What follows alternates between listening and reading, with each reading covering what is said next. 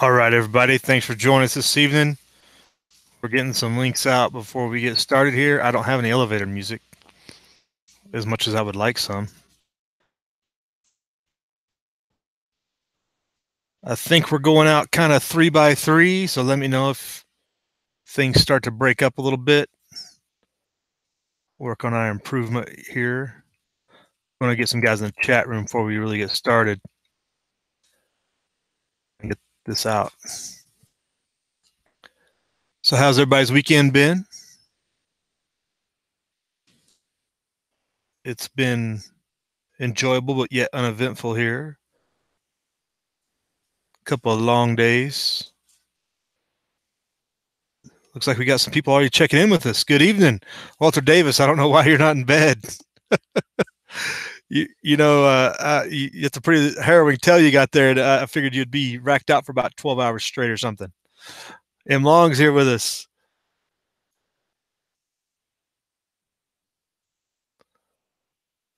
All right. Right. I saw that comment, Walter. Whatever it takes to get this. Probably didn't take much to get to sleep, though. We did have some music for you, though, on it. So hopefully that helped. So you got some rain, M. Long, and it's nice today, huh? We had a nice day yesterday. We had a windy day today, and it started snowing. And that's when I decided to do the chat. I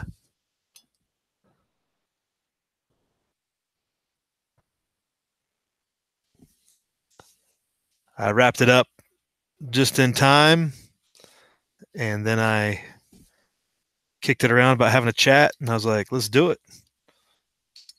Yeah, you're tougher than me, Walter. I'd be racked out for like a couple days after that ordeal you went through. It's like an all-night patrol deal. Planning for a patrol for 12 hours ends up being 24. No fun for anybody. But if you were properly prepared, I'd imagine you got through unscathed. You had some coffee. Stan Ulch from the mighty up north is with us. Good evening, sir.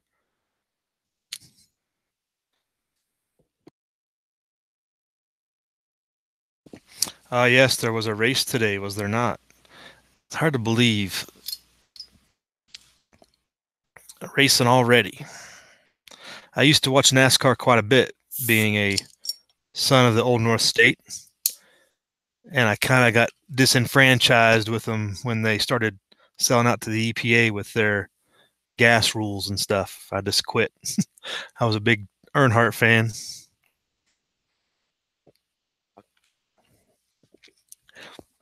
Christine, how you doing? The association, Wendy. I didn't know we had an association we had to join. I thought we just automatically became a member because I didn't sign up for this. I'll tell you that much.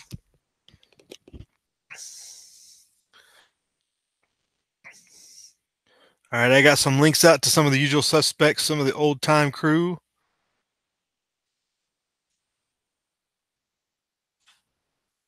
And I was going to use this chat to focus on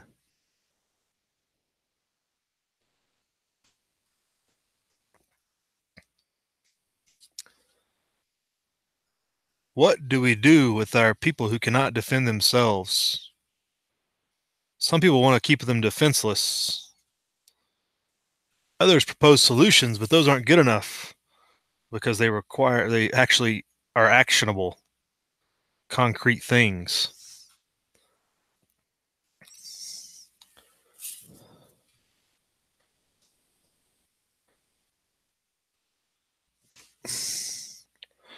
Hopefully, most of you get, I'd imagine, I wouldn't say most of you, hopefully, a few of you at least have tomorrow off. I am fortunate enough to have tomorrow off, but I know a lot of people are still going to be working.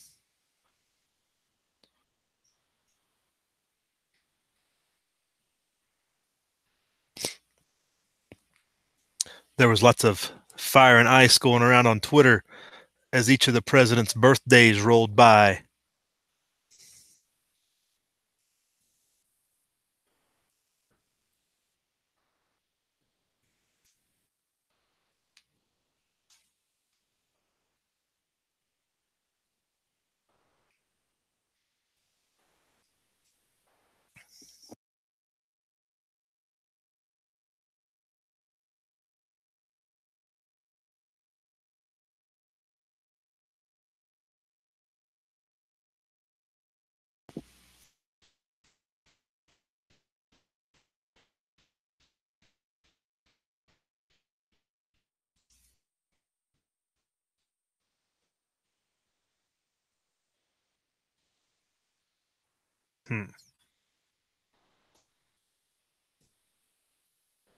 Anybody have anything fun and exciting to share from this weekend? Well,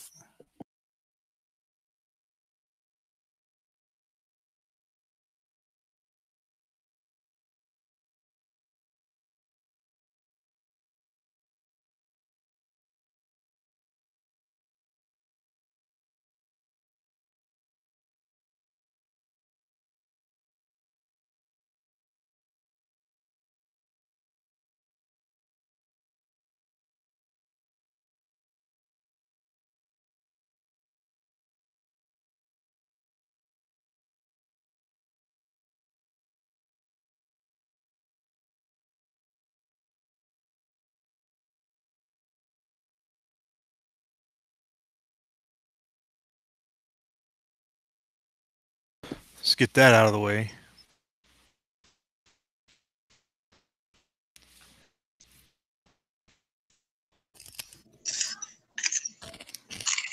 And we have life in the chat room.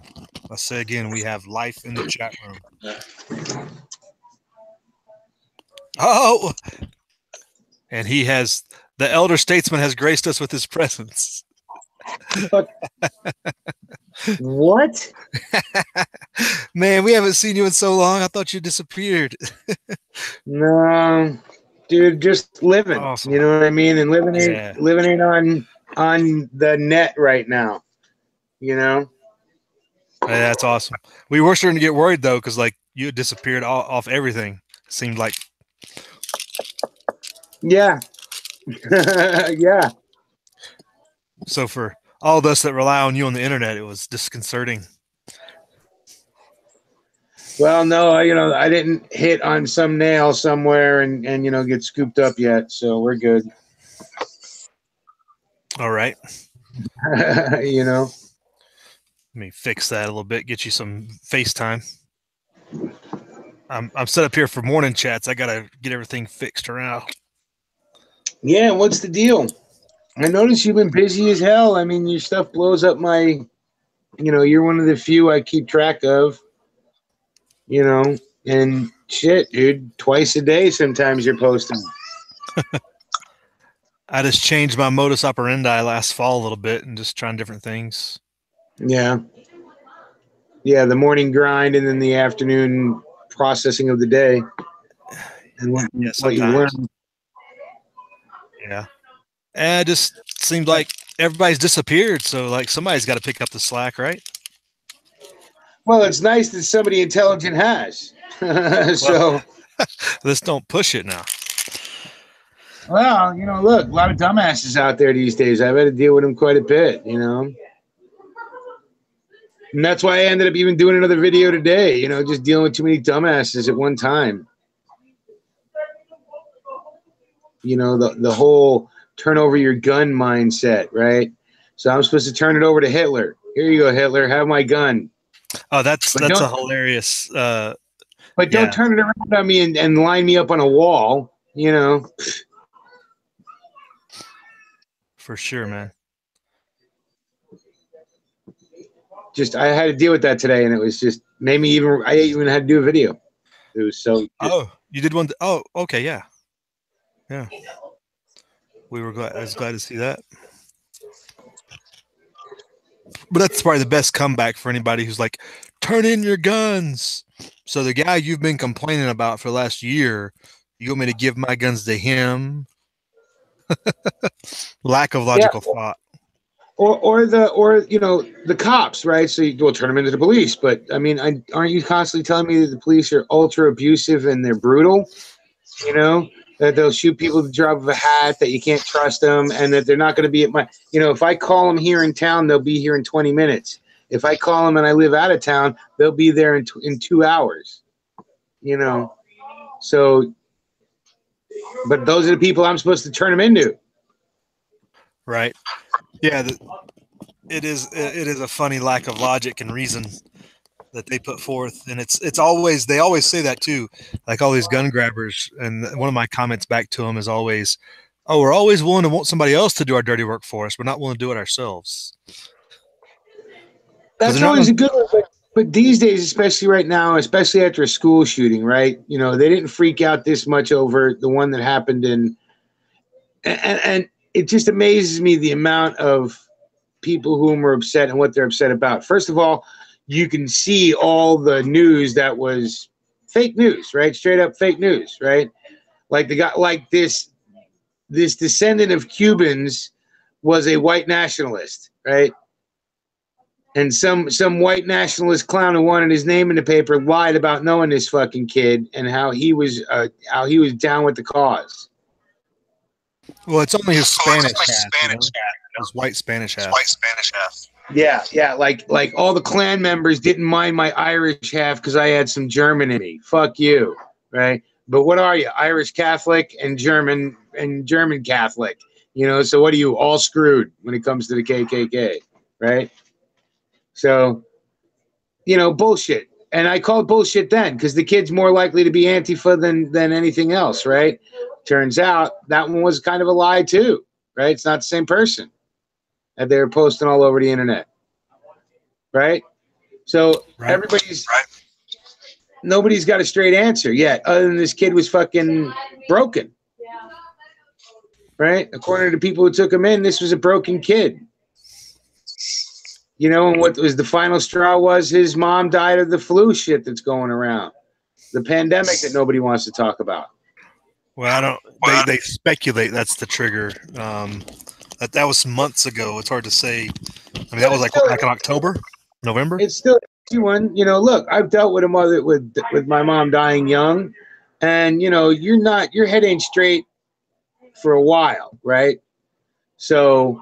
And the kid seemed like a problem child anyway. Before that, was already should have triggered warning signs, according to everybody, to at least have, you know, a few discussions with him, and maybe they did. You know, I don't know. I really don't care at this point, you know, to get into the nitty gritty. Yeah. The only thing that I'm happy about is the fact that, you know, Kevin, the Tack Daddy, right, has taught his girls, because they go to that high school.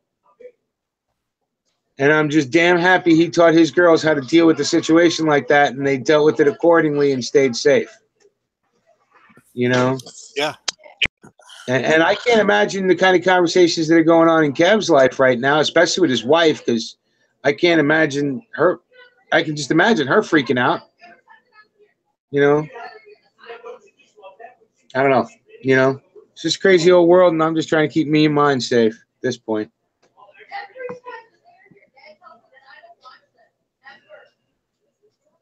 And as far as them coming for our guns, I said good luck with that. But I've been saying that for so long, I sound like a broken record, because they'll never get, you know, 2 guns for every human being in the country. You'll never get guns out of the country, ever. You know, when you really get down to the nitty gritty, there's at least 2 guns for every human being in this fucking country. How do you expect to get them out? Who's going knocking door to door? I mean, shit, just a buyback program would bankrupt our country. I'm not giving up my gun that I spent, you know, $1,000 on. I'm not giving it up for fucking $100 pair of sneakers. Are you? Well, no, you know that's not happening. Yeah. So you want to buy it back, it's double, okay? If you really want to go that route, you got to make sure you'll get one of them, and you'll get the other one when everybody else has, you know, given up theirs. And you'll get it at 10 times the price, because now it's really worth something. Yeah, right. All right, we got somebody else joining us. If they unmute themselves, it's 1 or 2 people. Drum roll. Sergeant Major. Not ever spray. There he is. Saints, how you doing? Pretty Major. How you gentlemen doing this fine evening? Still looking at snow, so I'm doing okay, I guess. I finally got some snow, so I'm staying out of it for right now, but fortunately some came down this evening. Oh, it's funny. Over the weekend, they were like, oh, it's going to be rainy and it's going to be 60 on Monday. And then it snowed. And it's been right around freezing the whole time. So if it's 60 tomorrow, there's gonna be some flooding. Oh, you got that much snow on the ground? Yeah, we got at least a good foot. You know, and it was pretty dense pack, so it was pretty good. You know, and it was that last bit of snow on Friday, Saturday, just built on the 8 inches that was there. You know, so there's a fresh 5-6 inches on top. Supposed to be 73 degrees here tomorrow. No complaints from me. Oh, if it's 60, it's going to be great. I mean, it's going to melt all this shit away, but, you know, that means the rivers around me are going to be swallowing up a lot of water.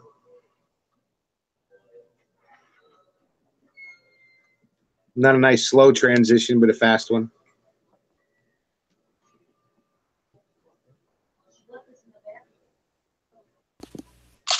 Yeah, we're getting to that part of the year where it starts getting squirrely with spring. So, my friend, HDP, how is the Bundy situation doing? Now that they're free, like I said they would be, I kind of stopped paying attention.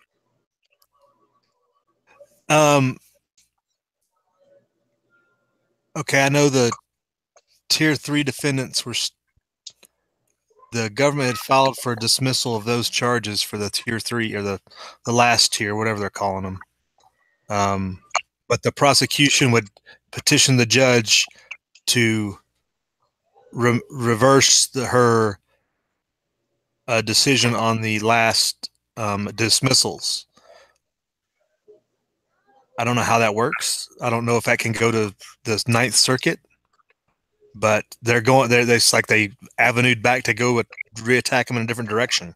I haven't seen much on it actually. There was a couple of quick videos on it when that was like last 2 days ago or so. Okay. It wasn't this past week. And well, I just want a tactic for playing because they don't want to let anybody that has been convicted in either trial out because all the malfeasance applies to all of it, right? So exactly, and why? You know, if you dismiss on charges for one, that would apply to all, and there should be several people getting out of prison. You know, in particular Jerry DeLemus. The fact that Jerry DeLemus is even in prison is a travesty. It's a downright miscarriage to begin with, and then with this other stuff coming out, it's even worse. Yeah, and we know the government never likes losing, so they know they're losing big on this, so they're going to kick and scream on the way out the door for sure. Make people spend more money. If they rescind this judgment that this Navarro has placed on Bundy with all the corruption and freaking flip-flopping and just craziness, looks like they could go back and say, well, you reversed it on this. We want to reverse the ruling on this case, and this case also. So they may go back down here. I mean, as crooked as this was and as much corruption was involved in this, if they reverse it on this, there's a bunch of attorneys that may turn around and say, hey, we want ours reversed too because it was this, and this.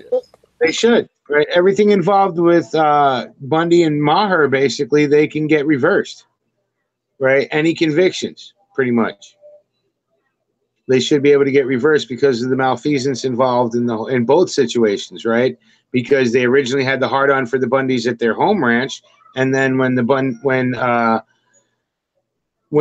other Bundys took it up to Oregon, well, you know, that hard-on went with them. You know, so most of the shit they did was just wrong, right? And it turns out it all came out in the wash. And yeah, these people that's what I think the government's fighting if they're going to try and get Navarro's decision overturned is they're kicking and screaming. They can do it, so they will do it. Even if they know they're going to lose in it. And with all the shit that's coming out on other aspects of the FBI being corrupt, from politically to not doing their fucking jobs in Florida, right, to all that kind of shit. Smartest thing they could do is just let them all go, shut it down, call it a day. We lost this one, be done. But that doesn't make careers. Yeah, and it's interesting that the new U.S. attorney that took over for Vegas is the one pushing this now. That's Stephen Meyer? No, not him. His replacement. Oh, okay. The new guy. Well, because they're going to be able to say, well, look, I'm not the dirty one. I was not involved in any of this. I want to prosecute, right? And it's just because it shows bad on her office or his office, whoever's office that is, right? Whatever 57 shades of gender you want to call the person. I don't give a fuck, right? But, you know, it shows bad on their office, so of course they're going to try for a win. But I don't see them trying too hard, right? Like I said, they have to go through the motions because that's the way you make a career. Oh, that's a fact right there. You know, yeah, you know, you've been in government service for a while, you know. Shit, you're a Marine forever, right? So you know there's the do the job part and then there's the politics part, right? So sometimes just the job is politics, right? You got to do it just because you have to do it. Yeah. So right, to push this because they have no choice in it. The General Mattis would be an exception to some of that. Oh, there could be. You know, there could still be the deep state in there just wanting to fight that shit out and get them damn Bundys. At all costs. Burn the agency down. Don't give a shit as long as you get them. Shoot, they're doing a good job burning it down otherwise with everything else going on. Well, that seems like the attitude for, you know, a lot of these government agencies right now, especially those people that were dug deep from the deep state. They're like, if we can't win, we're going to burn these motherfuckers down.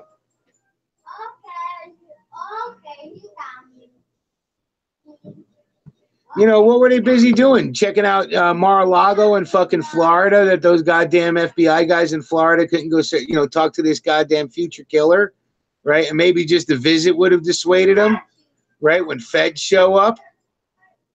You know, it might have slowed down fucking, what the hell's his name? Justin Woolley, right? That might have what kept him from going on a spree. His couple of visits from the feds. Yeah. Well, they... You know, let's be honest about it. Yeah. Nut jobs that think the government's fucking talking to them all the time when they show up at the door. Actually, you know, it can get them, you know, backing down. You know, locked back in their basement for a couple of years. You know.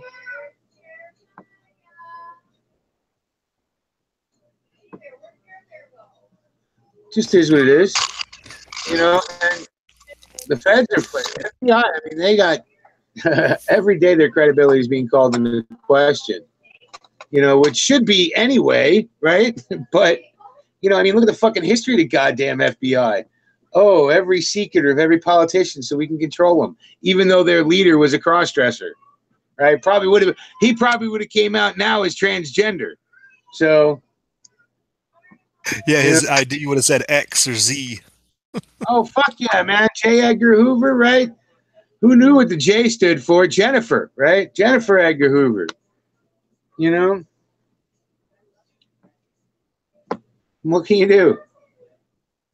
You know, and to think that shit ever stopped. To think all those black bag guys ever fucking stopped taking a paycheck. Jesus Christ. Come on, man. You know, oh, Nixon got caught, so it all stopped? What are you, fucking high? Higher than I've ever been. Yeah, like Nixon was the worst thing they ever did, right? But just, you know, okay, so they got caught, and then what happened? Well, after that, nobody got caught, or everybody got caught, and nobody cared. Just changed tactics. They learned for their lessons. Okay, but look at what's going on right now, right? So all the shit that the Democrats have been pointing at Trump and saying he did for the past fucking year and a half, right? Turns out they did every bit of it. We've said that 1,001 times, but it keeps getting proven. You know, who colluded with the fucking Russians? The Clinton campaign. Who took money from the Russian oligarchs? The Clinton campaign. You know? And it looks like with assistance of the FBI. Yeah. And we're not even getting into what Podesta's little dirty fucking hands and his brother's dirty fucking hands are in. You know? I mean, come on. Look, everything they accuse Trump of, they've been doing for years, and that's a standard fucking psychopath's way, is to accuse other people of shit they're doing. Right? It's like textbook fucking mental health issues.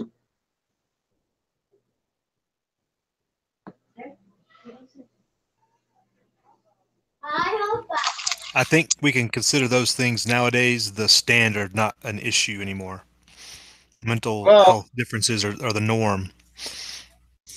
Well, they're going to turn it around and ask for more laws and more surveillance. And what if we'd have had surveillance on the American people without having to go through courts and all? We could have caught the guy, and we're going to need to be able to tap people's phones that we think are this, that, and the other without having to go through all this paperwork. We just didn't have enough time, even though over the last 7 years we've been to his house 39 times on various domestic this and child endangerment, blah, blah, blah. We need more surveillance. We need to be able to watch these people without having to go through a judge and taking 2 weeks. If we'd only had a ability to just go without having to go get a warrant, we could have caught the guy and stopped this. And next we're going after the guns. And then we're going to get all the long hairs. And then everybody with a tattoo. Yeah, but never ends. It doesn't end, does it? It doesn't. I mean, think about this for a minute, Saints. They want to do all this, but Trump's Hitler. Right? And Jeff Sessions is fucking Goebbels. Hey, I'm going to tell you the hypocrisy of it is pray for all the students that got shot and got injured, but not in school. Don't you dare do it in school. Yeah. Yeah. You have to get off the school ground if you're going to pray for these students that were shot on school ground. So there's a bit of hypocrisy there also. Those silent candle vigils are the one times that they allow it, that it's sanctioned for you to pray to whatever deity you want to. Oh dear. So it's kind of like a rescue ladder of convenience. So no, you really don't have to be a Christian. You really don't have to be a Christian until one of your friends gets killed by a crazy person, and then it's okay to be a Christian either. Yes, pretty much.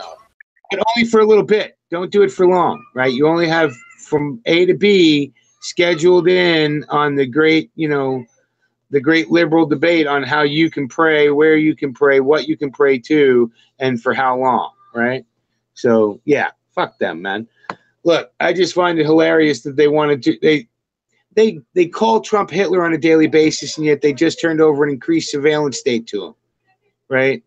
They just increased the budget to the surveillance state. But these are the same people who said, Obama was never spying on them until Snowden came out, and then they call him a fucking traitor, right? And they make sure his ass is stuck in Russia for the rest of his life. It's you're never going to wake people up. It's never going to happen. They'll wake to some things, but not to everything, because it's too fucking scary. That was my whole discussion today. It's cognitive dissonance. People willingly don't want to deal with that shit. That's why they can come out and say, sure, turn over all this power to the state that they hate. We hate the state. We don't trust it. Hitler's in charge of it. He's a dictator. He's going to kill us all. He hates the Muslims. He hates the Jews. He hates the Hispanics. The wall is racist. He hates every other race other than white Aryans, right? But here, we need to turn over all this control to him and his minions. Now, I personally don't believe Trump is any of those fucking things, but your cognitive dissonance shows when you say that.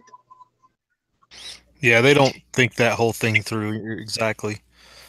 They're not living in reality. They're just focusing on one little shiny object in the corner. Anybody want to make a prediction how far this gun deal is going to go before it either gets insane or goes under the rug? Because that one Florida Democratic, I don't know whether he's a representative or a senator, he came out and he said, there's 2 weapons that we have to do away with. One of them is the AR-15 and one of them is the 6 Sauer. that was used in the Pulse nightclub shooting. My gosh, I don't know anybody that can afford one of them SIGs. They just throw some random weapon out. They don't even know what they're talking about. Obviously, that was the only two that he knew existed, because I knew after he said AR-15, he was going to say AK-47, and boom, he missed his opportunity. Well, so far, my crazy-ass AK has been in the clear for quite a few of these crazy-ass shootings, so UAR guys are fucked. Which, Look, Mule, I don't know how many haters you got, bro, but I don't give a damn. Your ass better be doing videos. I need one a week at least. is, you want to hear something hilarious, right? This weekend, after this shooting, you could have bought an AR and put it together at a PSA for about $320. I think that's without the lower. That's probably without No, lower, complete upper, bolt carrier group, the whole thing. Just didn't have rear sight on it. Really? That cheap? Dang. Somebody said PSA was selling full boat carrier groups now for $50 or something like that. Yep, 59. And they're selling like the fucking nickel boron for like 60 something, 70. I'm not even an AR guy and I know all this shit, right? So it's funny because they're like screaming about it, but everybody who panic bought an AR 10 years ago isn't panic buying these days. I'm sure the gun companies wish they would, but people just ain't buying it because, I mean, you listen to it even from the damn governor of Florida is like, this is more a mental health issue than a gun issue. Right. The scary part is everybody thinks Trump's going to save them. no, fuck, nobody's going to save you ever. Evil is part of human nature. There is good, there is evil. No, I mean, saving the guns. It's not, you know what? Long before there was a gun, there was a rock. And Cain beat Abel's skull in with it. So, sorry about it. They don't believe Cain and Abel ever existed, though, either. Most of these people. Okay. If they even know the story. They don't even know the story, probably. Orky Gore jumped down from the tree right on their way to walk across the African savannah. Yeah, Grandpa. Oh, he beat him to death with a rock. No, we're all kin to Harambe, except for Harambe. I don't care.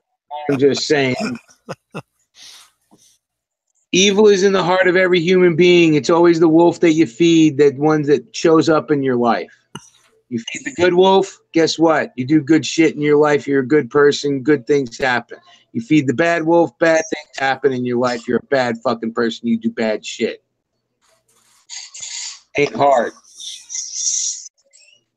A lot of us have learned the hard way. Yeah, I fed the bad wolf for quite a number of years. Paying the karmic wheel about it for now, but I'm good with it. Well, the bad wolf's still in there. You just got to keep a chain and keep him in a cage there. But there's maybe a time where you may have to let him out of that cage and cut that lock off that chain. Oh, yeah, and he's a starving bastard, and he's been pulling at the chain for the past 15 years. But, look, I have, things change, right? So when you start having a family, when you start becoming part of society and a true citizen of it, you have to keep that wolf back. And hopefully you never let him loose ever again, till somebody messes with your family, somebody messes with your community, or somebody messes with your country. For sure. Hey, while we're got a panel going here, I want to get back on subject here. Let me go out in the chat room real quick. Welcome, everybody. Quite a few join us. We got Walter Davis, M. Long, Christine F. joined us. Stan Ulch, the mighty Canadian, is with us. Glenis Vilkas, Bikes and Bullets, got the blue wrench of death, holding it down.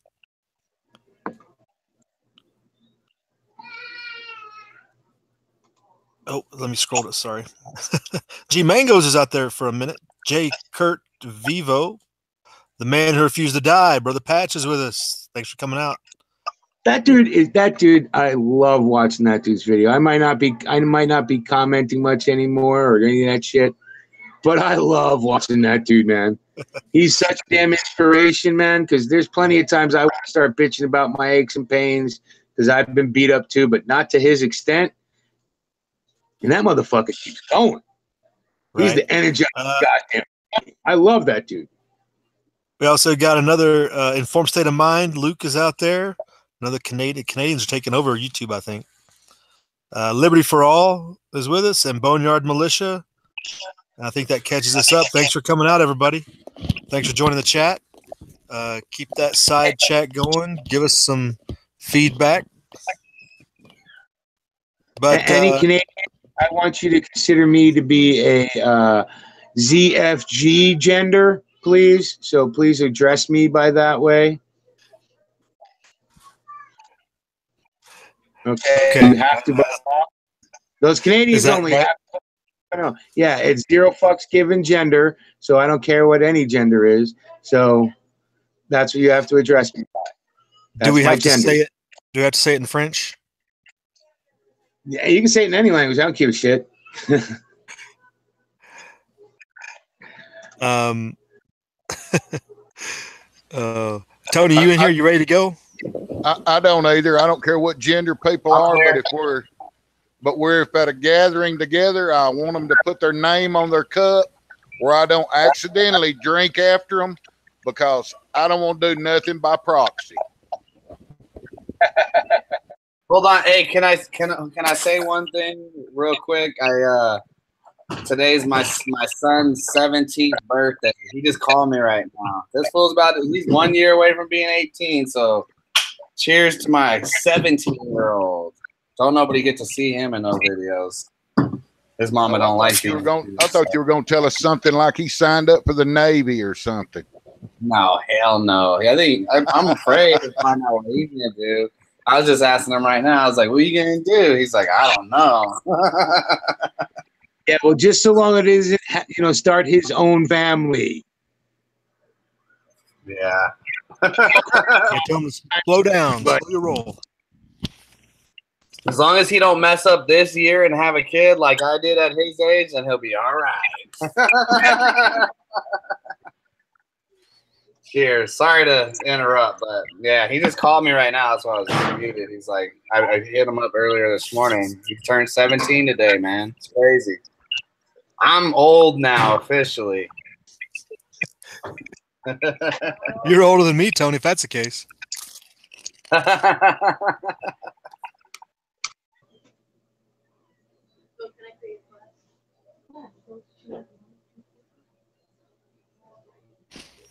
All right, but I want to get the main question out here. We can get started on the main topic. Now that we bounced around a little bit, if Tony comes back, where did he go? All right. You listening, Saints? Yes, sir. Sorry, go ahead. I can't never tell if you're around. All right. Yes, so the question posed in the bottom comment bar there, or description, is everybody talks about what they're going to do to prevent these shootings, but really we all know that's not realistic. But the question is, how do we protect those that can't defend themselves in these situations? There's talk about different ways to put police in there, and some jurisdictions have done that. It's expensive to do that. There's all kinds of expensive solutions to these things, it seems like. But what's a realistic one, I guess, and how this might be improved upon? Anybody want to start?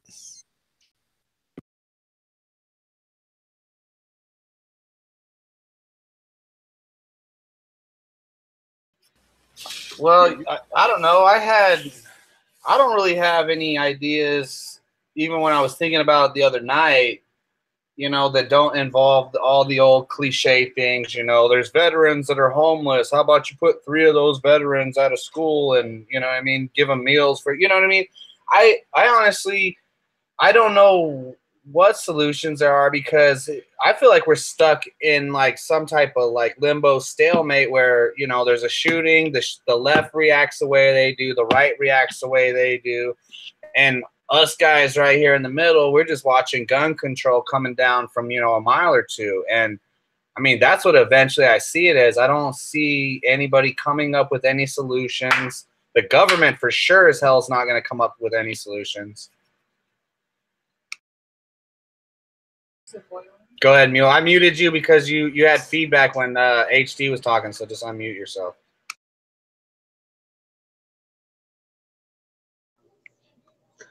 Okay, so here's the deal, at least in my opinion, right? We do have an answer already, right?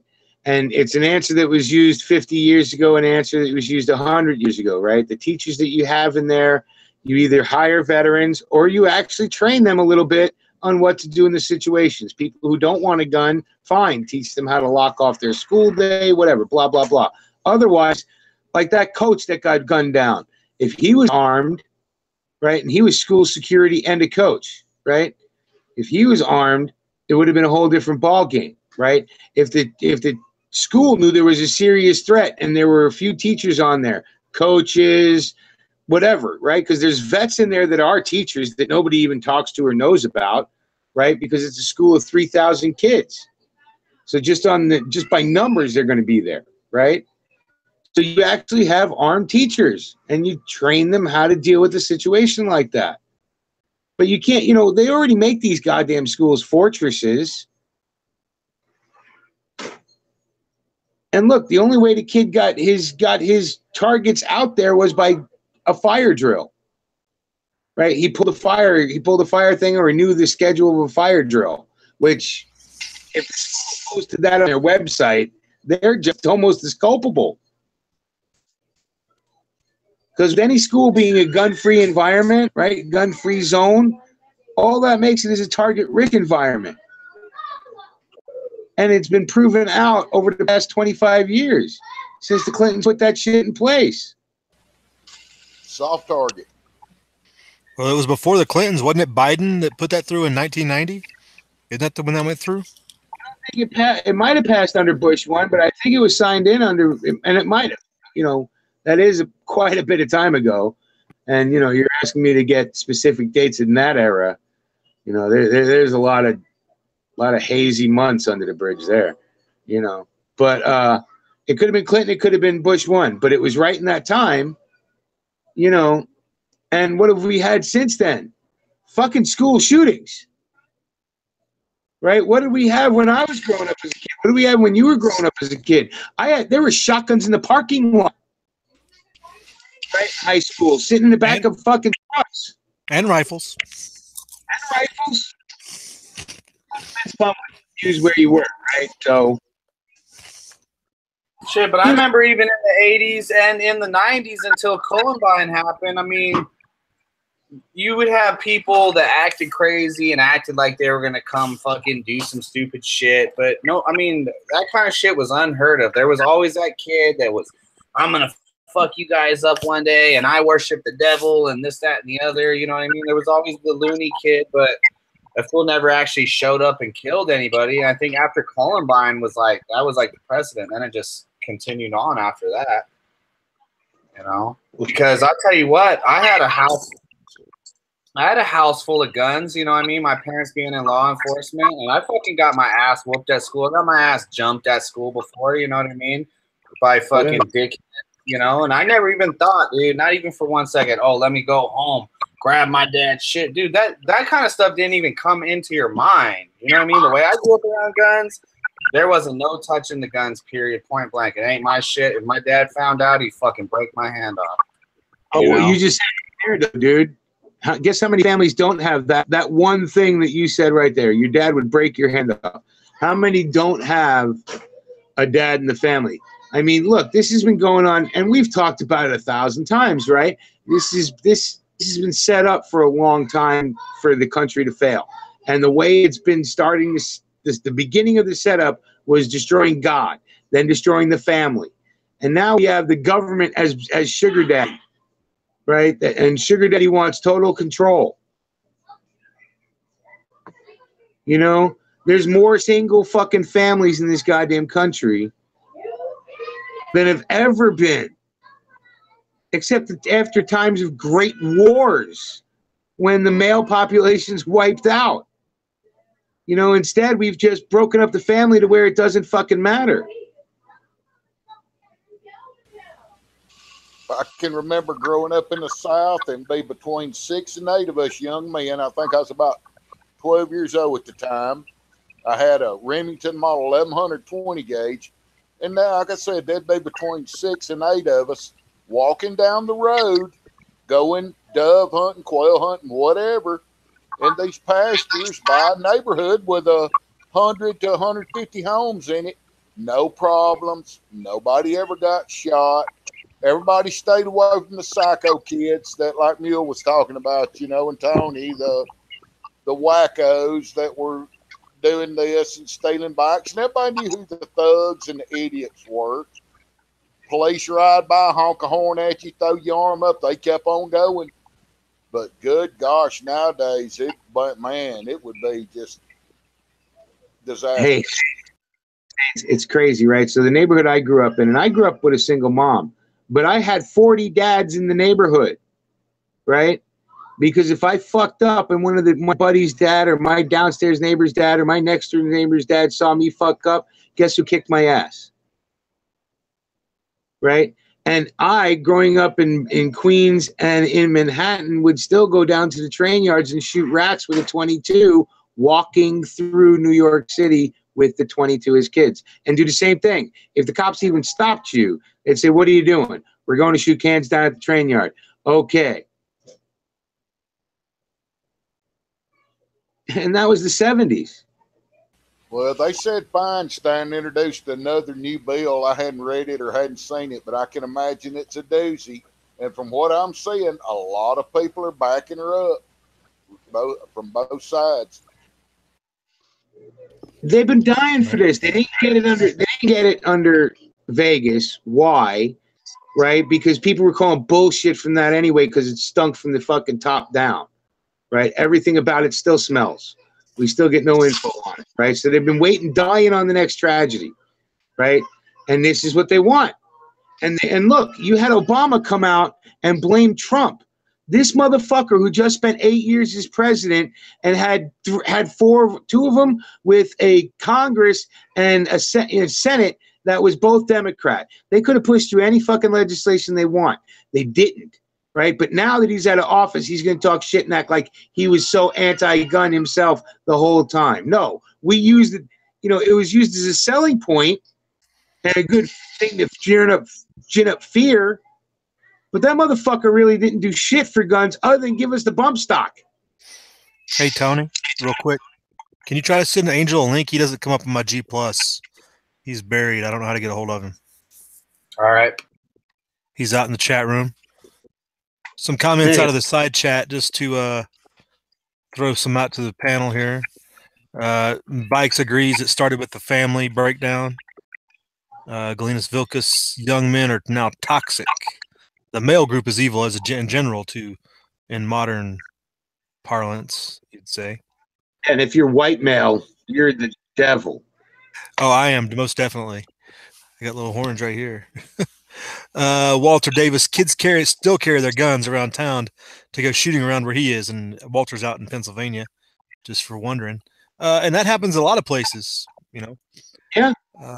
Boneyard Militia, I had a gun at 9 years old, knew how to respect it. Respect is the key word there. And that goes like people talk about locking up your guns in the house.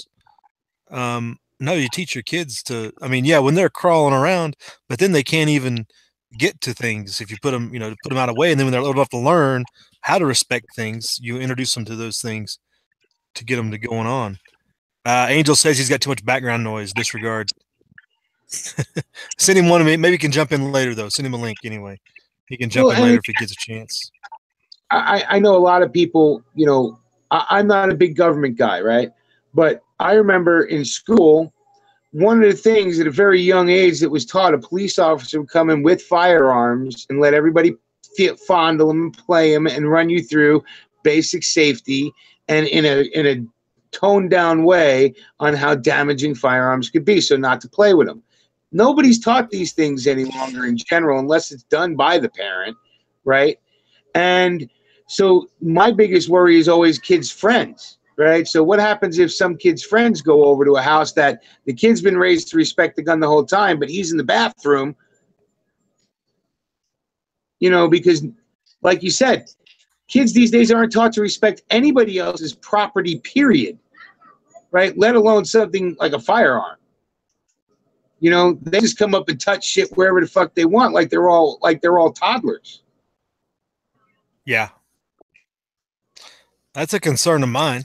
I mean, because the magic, yeah, because these kids have never been taught that magic word. No, sorry, HT. No, you're good. That's all I wanted to say. I had something else I was going to say and I lost track. Sorry.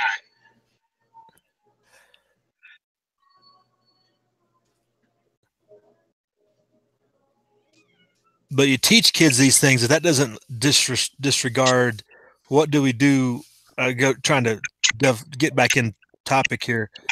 When you have these gun-free zones where people are victims, how do we get them? They're more so that they're protected areas, not only schools, but think about all the places that you're basically disarmed by statute half the time, airports. But HT, there's only two ways to do it, right? So either you do away with the statutes that make them gun-free zones and let people and forces or whatever, because the cops are not going to not be there, right? It wasn't like you couldn't fly with a fucking gun in 1964. You sure as hell could. You could fly with a gun after DB Cooper, right? It wasn't that big of a deal. You know, you didn't get anally probed every time you went to the airport. But we either do away with those laws or we turn this into Fortress America, and every school's a fortress, which they already halfway are, right? And every airport and every government. Man, we got people in this country riding around with fucking police state flags, like fucking I support the flag and I support the this, and they don't see nothing wrong with worshiping the state. There's way too much power given to these cops already. And now what are we going to do? We're going to hire some more. We're going to get this, that. We're going to throw them in the school. It's all bullshit, man. It's all just bullshit. These days you're fucked because both sides worship the state. That's that whole with the fact that, oh, they want us to turn over our guns, right? But who do you turn them over to? The fucking state. Why don't they take all those dickheads off the corner of the street handing out tickets and put them in the schools? You know what I mean? Why don't they do something with the shit they already have? They don't say, hey, can we shuffle some shit around? We got these guys and they ain't doing nothing but collecting revenue. You know, let's slide these resources over. No, they ask for more and more. The politicians justify their existence. Not by, they have to show they're doing something. And when kids are shot, it's the perfect time to look, I'm gonna be reelected. And remember, we're in a fucking election year. Midterm elections. That's what this is all the bullshit about. Everybody trying to get their name in the paper. Yeah, this is about name recognition and getting money into their coffers, right? So they're going to do it on the backs of these dead kids, and they've been waiting for it, right? And the Republicans, the never Trumpers, who do deep down hate fucking Trump, oh, they're 100% behind it because they think the Dems are going to win, and they think that the Dems are going to consider them their friend after this. So those are the ones you're hearing scream, right? And everybody else is going, wait a minute, this is a mental health issue. You knew this kid had mental health issues all along. How was there not somebody stepping in to redirect this human being so it never got to this point? And that could have just been one of his fucking teachers along the way who saw this troubled kid in that school of fucking 3,000 and took a little more time to spend with the person. Well, you got these people down there that, I mean, I'm probably going to draw some flack on this, but you got people down there that literally care more about their money than they do their kids. I mean, they spend hundreds of thousands of dollars keeping their money safe. And, you know, they live in this bubble that, well, it'll never happen here. And, that, you know, they maybe see their kid twice a week, but they bought him a $50,000 car. but then they want to gripe about putting on another security guard, or something to that effect. Refining their screening process, getting on and off school campus. I know here they've got the last high school they built here. It's pretty much a fortress. I mean, cameras everywhere, 8-foot, 9-foot fence around it. They've got their own little jail cell. Well, where's the freedom in that? Where's the creative growth? There's none. There's none there. Look, I'm so sad, and it makes me even sadder every I think about it and then look in my grandkids' eyes, which is one of the reasons why I've been staying off this shit, because I forget about it when I'm looking in. I got 5 grandkids here. When I look in their eyes, I can forget about it for a minute, but then I look on the net or talk to you guys, and it's like, son of a bitch, I can see where this is going. It's just gonna get worse. God, I got to get these kids and my grandson, one of them, he's going to be 4 years old. I think it's time to start teaching him how to shoot a 22, It's like, damn. Schools are more like prisons. They are, dude. They are. If you're out here in Vegas, dude, every single last one for probably the last 10 to 15 years easily has been built to resemble a prison. Even the kids in the morning and at the end of the day, everything, they have to line up on a line, just like when you're in jail and shit. And they're walked on this line and all. Everything that they do is indoctrination and just BS to set them up, you know what I mean? Basically to be future prisoners if they don't get shot in a mass school shooting on the way up. You know what I mean? But then you got the parents screaming for more fucking security on these schools, Tone, right? Everybody, and I'm a parent too, right? I got a kid in school. We dealt with something like this at the same time as this shit's going on, right? They exposed it to us that there was a kid with a problem that had made some press, right? You would have a good I don't know, a good type of way to explain it to people would be a CO on here. If we can get a CO, we need to get Ohio Wolverine in here or something like that. When they talk about these dudes, all they've got is time. All the time is on their side to plan a way to do whatever the fuck they're going to do. And the same thing goes with every one of these bad people that are sitting back, plotting on one of these schools or something. All the time and everything is in their favor. We're not sitting around plotting ways to make sure nobody shoots nothing up, even though we talk about it all the time. But there's plenty of motherfuckers sitting around plotting how they're going to shoot some shit up, You're never going to change that, Tony. Never. Well, I do have a solution for every school in America, right? It's called 5 layers of fencing, right? With at least 2 dog runs in between and maybe a moat or a fucking minefield, right? And 1 road in, 1 road out. Pretty simple.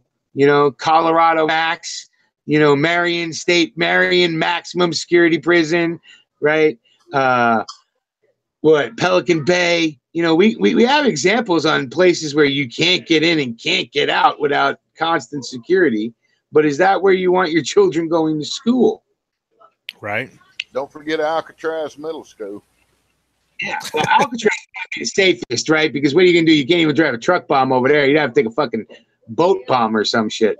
Shell them from fucking a mile away with a goddamn destroyer or some shit. Battleship. But, you're never going to change the evil in the hearts of men. It's just that simple. No matter what. Well, from what I read, this kid wasn't a student. He was expelled. Yeah, he was past graduation age. Everybody any random person could have walked in there and done it. Not necessarily a student that knew the play. Any random person. Well, sure. Yeah. Sparks, who's going to come and take it? That's my biggest question. Who's going to come knock on my fucking door and not expect to get an answer that they're not going to like? That's going to be statistics that won't be on the 8 o'clock news or the 6 o'clock news. No, I mean, look, I understand nobody's going to do shit about it. They're going to take our guns, blah, blah, blah, right? I've been hearing this all my fucking life, right? I'm 52 years old. So by the time I started getting an interest in guns, it was after the 68 Gun Control Act. So I've been hearing this shit from survivalists and everybody else my whole fucking life. Right?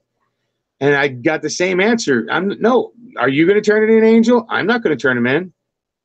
Who's going to make me turn him in? One of the talking points, Mule, is that that's where they're going to use food or water as a weapon.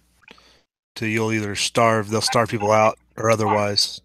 Okay, but that's where the mindset comes in too. So guess what? When I have weapons, I have water. Isn't that the whole fucking point? Right? I give up a weapon, somebody else controls my food and water. I have a weapon, I control my own food and water. Well, it depends on who's controlling it, I guess. They're trying to take control of all the food and water. I mean, once they gain full control. Again, with that, good luck with that. Are they going to make every one of them into Sing Sing? Are they going to turn every one of them into Alcatraz? Every little bottling plant, every little distribution center for food?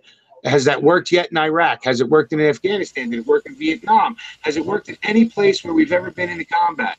No. Why? Because shit happens. It doesn't stop drugs from coming into our country. None of this shit works in the real world. It's not working. It's not working in London. You can't even possess a gun in London, and they had a 53% increase in gun crime. So who's going to turn them in? Are you? If you're going to turn them in, I'll give you my address, turn them into me, right? Because I'm not turning mine in. And they'll get mine hot and empty, and they better bring a crowd because I got a small crowd, and as a defensive position, unless they're going to nuke you or fucking take you out with explosives or a tank or some shit like that, right, which it may get to eventually, but not in the start, right, then other people are going down, and nobody wants to do that, right? You name it, cops scream now that their lives matter more than the citizens that they're supposed to protect, right? And they're going fucking home. Do you think they're going to keep saying they're going fucking home when they're going to their brother-in-law's house to get his guns, and he's an ex-Marine, and he happens to be a roofer? So he's not privileged enough to have a gun because he's not law enforcement, and you think that motherfucker's going to give it up? Good luck with the thoughts on that. I personally don't know any of them, but I've heard through the grapevine that there's some veterans out there that's probably not going to give up their guns. I don't know any, just as a disclaimer, but I've heard there's some that are literally not going to give up jack shit. And I hate to use that, but there it is. Rumor has it. Exactly. But that's what just cracks me up because when I was talking to these fools today, and it's like, so who's coming for it? Are you? Am I going to turn my guns over to you? Am I going to give my guns up to you? Who do I give the guns up to? The cops that I don't trust, or the federal government that I don't trust, or what? To you, my neighbor? Come on now. Your local YMCA, right? Fundraiser. I'll turn it over to my Catholic priest, thanks. And then I'll pick it up again.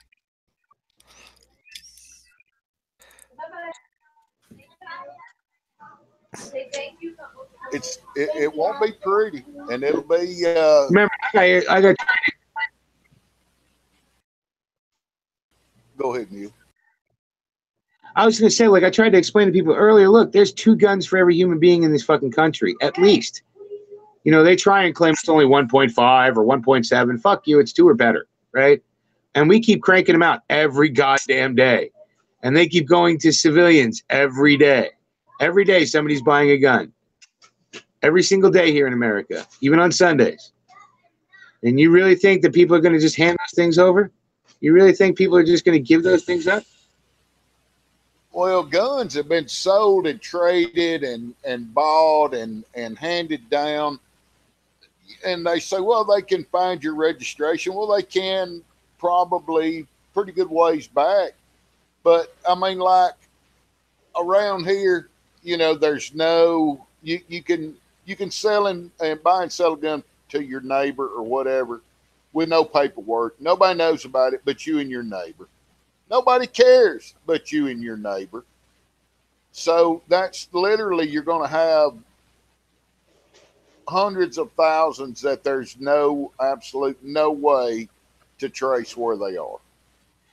Because they're gone in the system. federal government's only been, requiring serial numbers on firearms since 1968, right? That 68 Federal Gun Control Act. That's when they started requiring serial numbers on firearms, right? Otherwise, it was the manufacturer just for their purposes, and it was not recorded anywhere. Okay. And now let's think of any of these disasters that have happened. Imagine a gun shop in Houston in November, flooded up to its fucking roof. Do you think any of its paper's still any good? There's so many dark guns out there. They're never going to get them all, and nobody's going to turn them all in. It's just not happening. And it would bankrupt the country if they tried to buy them all back. Well, they did try to do that law. It was either in Connecticut or Massachusetts, where if you had a gun stolen, you had 24 or 48 hours you had to turn it in or be fined, or I don't remember exactly what the word for word verbatim what it was, but even if somebody stole it. Well, did you turn it in? Well, when was it stolen? Oh, about a month ago. Well, did you turn it in? No. Well, you're guilty of this, this, and this. Look, let me put one thing to you. Okay, so cell phones, using a cell phone while you drive is illegal in every state in the union right now. And yet 75% of people driving on the road today use cell phones while they drive. Oh, yes. So explain to me how everybody's going to follow a fucking law that they don't believe in. Look, they were supposed to register all their guns in fucking New York, right? And that's one of the most gun-unfriendly states. People didn't do it. Still aren't doing it. It's now a couple of years. Connecticut, same thing, right? They were supposed to register their guns, after Sandy Hook, and that's 6 years ago, 7 years ago, right? They still don't have to. Anytime they come to a traffic stop or something like that, it's not, you know what I mean? Like, they can go ahead and say they're going to turn them in, this, that, and the other. And I think the government is fine with that. The government doesn't expect to go door to door. But bit by bit, pulling motherfuckers over. I mean, if you say, hey, you can't make a movement without a gun, or guns are now illegal. So basically, the same guys will probably taking a chance carrying them when they're not supposed to. Probably might still take that chance, but less and less gun-abiding people are definitely going to move with guns if guns are outlawed. They're just not going to do it, Mule. It's going to... They can slow it down. I agree. Yeah, people... I agree. Look, you had people that were willing to do that in Connecticut. We saw the lines of people standing up to register their fucking guns. You see it in California all the time. All those fucksticks that registered their assault weapons, right? So, yeah, there are people that will fully do it, but then there's a bunch that won't, right? And then there's people like me who never would, never will, and, that's just the way it is, You will never see me, look. My knees hurt too much to get down on them. I ain't doing it. You're going to have to shoot me with my boots on standing up. Well, so I think we can agree that it's not going to happen today, no doubt. So what are we, 1 generation, 2 generations away before they're able to convince enough people to not be involved in this sort of thing and make it to where you can't work with your neighbors because they're a suspect? How long till the Stasi takes over, Well, I mean, I think it depends on how much the media and social media, everything like that's influenced. Because I argued the other night, if they take the gun YouTubers off, right, then they unnormalize, which has been normalized for all the bunch of years. It's been normal to turn on YouTube and watch gun videos all day. If they take that away and make it to where it's, you're not seeing it all the time and it's not normalized, oh, well, only the rappers it got guns in the videos and criminals pretty much. They don't see Joe Schmo shooting the 22 with his son no more, And I think that's what it depends on, is what the media, the social media, everything like that, because that's what persuades people. Maybe not me and you, but Joe Schmo sees it on TV and it has to be real. Or your 10-year-old watching YouTube 10 hours a day or whatever. They don't see any type of They search term it and nothing comes up. Well, how Or long is this? everything. Go ahead, Tony. I was just gonna say, or everything that they Google returns a search of something bad with guns, a rap video, a movie, a violent movie, a violent video game. It doesn't normalize and show regular people with their sons and daughters shooting and blowing shit up and having fun. It only shows guns in a bad light. Yeah, it'll have a Vice. It'll have a Vice hit piece on the bad people that have guns in the militia and stuff.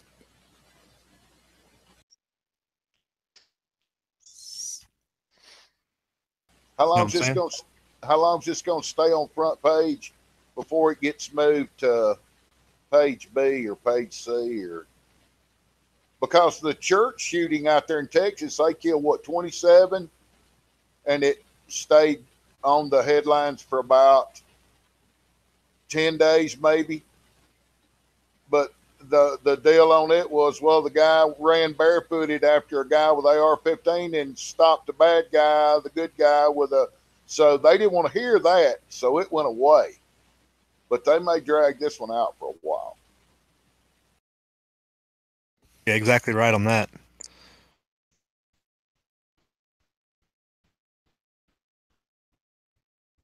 I think there'll be another one in a week or two, and people will totally forget about Parkland. They'll move on to whatever the next city is.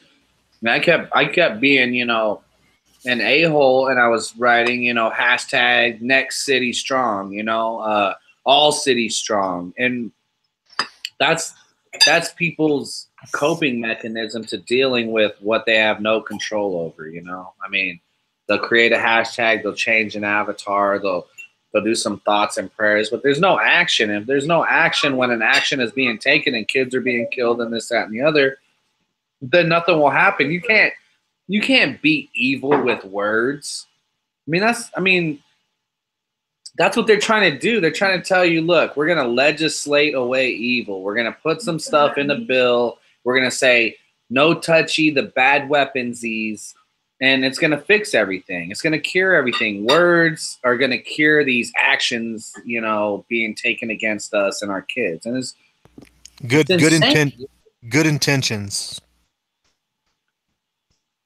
And it's just, that's insane. Like when the fucking dude stands in front of a tank in China and thinks he's going to stand in front of the tank and the tank's going to stop. Come on, guy. Well, that's still putting action to words, though. Yeah, I guess. That's legit action.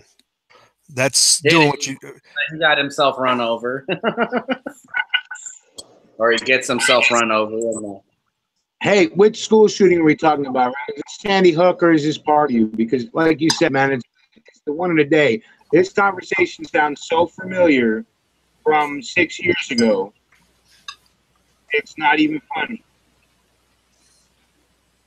We probably all met in a chat like this. Shit.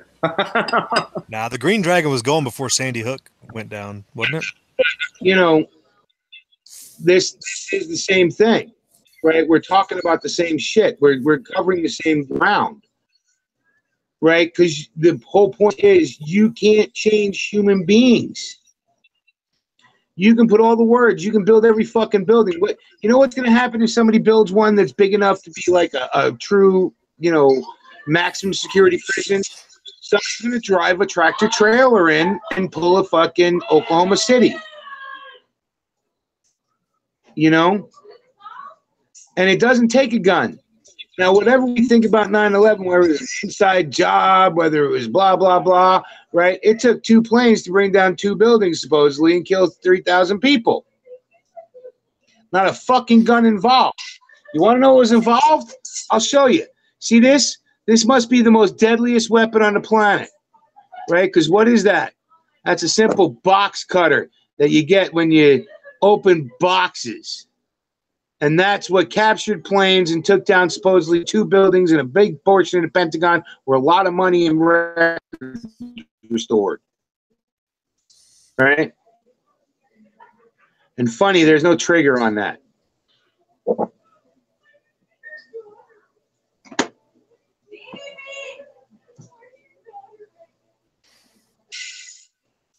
Yeah, the control agenda that's going to come out of the whole thing is what you got to worry about. And we're worried about it anyway because we've been seeing it grow and grow and grow. And I know for me, I was hoping the guy I hoped vote into office was going to start destroying it. And every time it seems like he's pulling a brick out of that wall, there's 25 fucking agencies putting in 10 more bricks. So we're just fucked. Right. All right, worst case scenario, absolute worst case scenario. Say that everything goes to crap and they get there what they want and they say, okay, no more, kind of like Bill Clinton did, no more assault rifles. And there can be no more made, and you can't hand them down to anybody. They got to be turned in once the original owner passes, deceases, whatever, blah, blah, blah. They can get an assault weapons ban through this time. It'll be much more permanent. I don't know how they finagled a 10-year assault weapons ban, but if they're that lazy this time and they come that half-ass, you know, I can't imagine it. I mean, they got to come with some experience. They got to get the assault weapons ban. That's the first step. Oh, you want to know why they won't be able to get it? For all the reasons that 10-year sunshine date was put, sunset date was put in there. See, back in the day, we didn't have the internet where everybody could get hot under fire under their ass and start getting on social media, right? You had to let everybody know. And the NRA, talk. And even though they helped design it, they also helped put the fucking sunset in it just in case their members like it. Right? And that was all before social media days. Oh. These days, we do get the people who really do give a shit about gun rights or just freedom rights, right? I know plenty of people who can't stand guns but want me to be able to have one. Right? Why? Because it's in our Constitution and it's part of our rights as Americans. And they want to be able to have one when someday they might want one. Who's they, you're saying, Mule? What was that? By they, I'm not missing. Who's the they here? I know plenty of people who aren't gun people who don't mind us having our guns, right? They just don't like them. That's the they. And we, the people, we the ones that helped turn around that M855 ammo ban, right? The green tip bullet, right? Those of us that were able to stop this in its tracks in fucking Sandy Hook. I mean, Sandy Hook, 27 grade school children was the presentation they put out to the media and to the rest of the world. And we were still able to stop that shit cold in its tracks with a Democrat president. Now, the only thing that I worry about right now is the fact that we have a Republican president in there and people think it's safe. We have to fight just as hard, if not harder now, because the fucking ones that stab us in the back are the Republicans, not the Democrats. The Democrats stab you in the face over guns, right? True story. They're you in the back over guns. Nah, NRA's going to save everybody. Y'all don't worry about it. NRA's on the job. They got everybody's money. They got all the lifetime members. They're going to save the day and pull one out of the hat. And then we're going to have another membership drive. Well, they're in a deep struggle right now, and they know it. Well, they got Jesse James as a treasurer. Everything ought to be hunky-dory. He's making them just as fast as they can sell them. $5,000 a piece. Hell, he made Donald Trump a 45. Gotta be good. Bro, Jesse James is the one that fucking lost Sandra Bullock for a dress-up fucking Nazi bitch. I wouldn't put nothing in the hands of Jesse James. Fuck his ass. Well, that's you. That's your treasurer, isn't he? The secretary treasurer then, all right? I seen that. I mean, more power to him for doing that, but you know what, bro? He fucked up Sandra Bullock, bro. I ain't fucking with him. How you fuck up Sandra Bullock, for real? She's a liberal, right? Nah, because he liked that Nazi bitch better. Seriously, you can only take so much of that, dude. You know, he's a dude, and you can only take so much being told not to be a guy by some chick because she knows better. And where's Jaeger at? I know he's not on YouTube, but where's he at? We need a response, man. Come on, remember you were going to get the ladder and get up on the roof of the compound and start killing people. Shit, he sold out long. I still got, remember that pack your bags? Somebody's got that pack your bags video. All right. Is it taken down? His is, but it's out there. The internet is forever. Right. Well, those are the spokesmen. I mean, aren't they the 1 billion subscriber, big paycheck, big YouTube paycheck, gun people on here? What, where's the solutions, guys? They're gone, dude.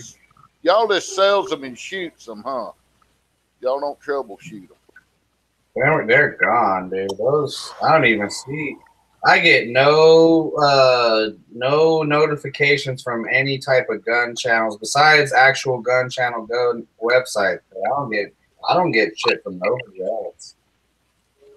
You get no notifications. It's like everybody went off. The only thing I know, they're gonna have to harden up the kids. Maybe they need to have a class during the daytime instead of a social behavior or a gender information class. Maybe they need to put in a defensive life class where they actually tell you, turn your backpack around and put a panel in there that'll stop some kind of something once it goes through a book or two. Or apparently those are selling. Why don't they make those? They make those. They're making bulletproof backpacks. Yes, sir. Yes, sir. Somebody in the side chat, I know, I can't remember who it is, made their granddaughter a bulletproof backpack, and I know they're in there right now. I'm pretty sure, and they can speak up if they remember if they want to. But they commented on that a couple of chats ago that they had done that back, and after that Florida thing happened, they had mentioned it.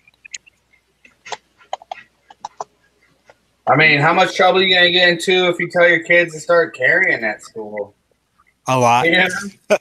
Man. I mean, I know, but fuck, what's better, your kid being alive or fucking? I mean, well, and that gets back to it. How do we prevent these victim areas how do you strengthen them and harden them up? What do we change so that they're not victim areas?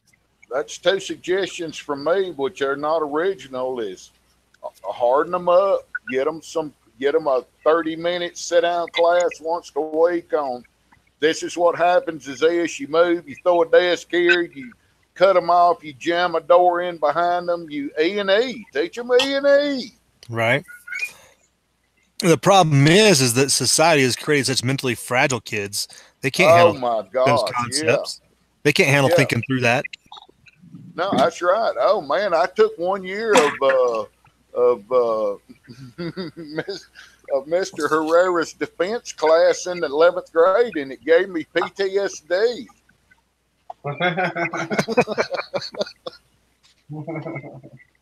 Oh, Mr. Herrera. I was wondering who that was.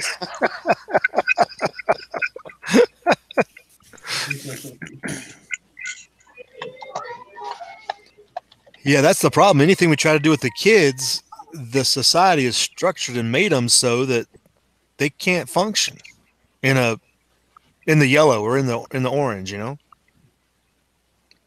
you got the soft kids that are you've got the soft set of kids that are Snapchatting and Twitter and Facebook all day. And then you got the other kids that are sitting in front of the TV with a video game, just blood and guts blowing everywhere and rapid reloads and yeah. Which one's gonna win? Hopefully the rapid reloads. I'm going in the side. It'd be a shame to know that you played all that Call of Duty and still died in a mass shooting. Boy, I'm that's sorry. Winner I'm sorry. Dinner right there, buddy. I'm sorry. That's a T-shirt, dude. Put that on a T-shirt. Terrible. Respawn. Yeah. Yeah, I mean, old Cruz there probably thought he was going to respawn. My favorite is that they're calling him a white supremacist. That is like, it's like people have literally lost all intelligence in their brain. They can't even comprehend when, you could have the blackest dude up there and they say, oh, well, fucking the news said he was a white supremacist. Must be true. Like, come the fuck on, man. Just his Spanish half, Tony. It's funny how the retraction isn't announced half as much, right? Because AP had to come out and really, like, they really hated it because now they're fake news too,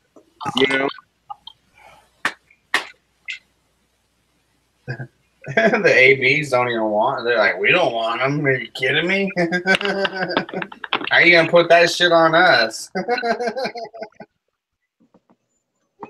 Nobody repeats the retractions. Nobody puts that out there. Retractions always on page 10. Yeah, or last page, in the bottom. Yeah. No doubt. Yeah, going in the side chat real quick. They're tearing it up. But Food Forest had checked in for a minute and he had put a comment out there. And I know everybody's talked about this, and it's one of those things that's a matter of it's a capability. But he just mentioned, homeschooling and growing your own and staying local with your family and whatnot. But the homeschooling option, there probably needs to be more thought of a co-op situation where you get together with neighbors or like-minded people, not even neighbors, that's a community in the community in your town that are willing to pull their kids out and educate them off in a separate environment. Well, they usually do, but they're through churches, HD. Right?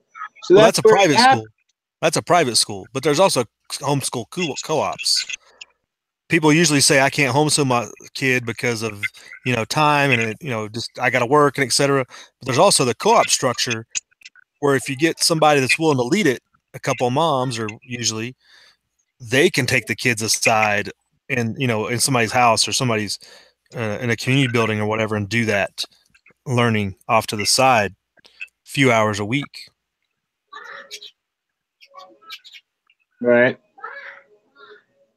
Just an option. Everybody thinks of homeschooling. They got to do it all. And I think one thing people need to think of too, and I can't remember who else out there, one of my subscribers or whatnot is part of this. You don't school and homeschool in the same way you do in public school. Your goal is not to indoctrinate like the public school does. Your goal is not to have them sit down and sit there for 8 hours a day or 6 hours a day or whatever. You have them learn things and learn how to think and do activities, but they don't sit there in a desk and just look at books all day. That's not what homeschooling is, I don't think. And people have the wrong perception that it's like a replacement for public school. And I would say, no, it's a completely different environment that I would suggest you do if you do that. And don't even think about doing, there's people that call it unschooling. There's people that call it free range schooling. There's different types of twerks on it, but there's lots of different options other than the hard and rigid, I'm going to follow a curriculum homeschool pattern that people think about when they think of that.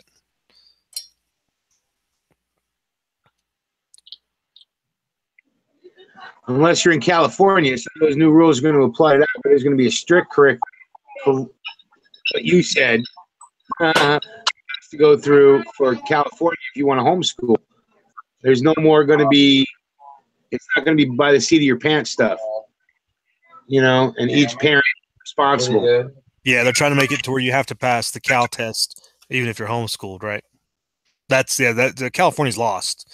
They're going to come in and take your kids, from you, basically is what they're saying. I don't know why people in California haven't stood up to some of that stuff earlier.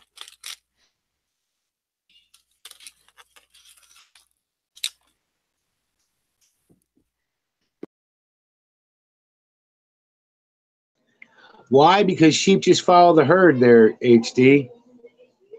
And for some reason that sunshine makes everybody fucking sheep. As long as I can go to the beach, I'm happy, right? It must be that or something in the water, something in the fucking air. Who the hell knows, right? But they keep putting up with this kind of crap. Right. And anytime, it's funny though, how anytime before they want to do a big push on something like that politically, all of a sudden a homeschooler gets found with 13 kids chained to beds in some Christian family's house that homeschools. Right. And apparently nobody in the family knows. That was just bizarre. That's on the last page of the news now, because you don't ever hear anything else about that. Yeah, what happened or whatnot? Yeah, it's all gone dust in the wind. Yeah, we'd have to dig pretty hard. I think it was a Palmdale. Is that what it was? Southern California?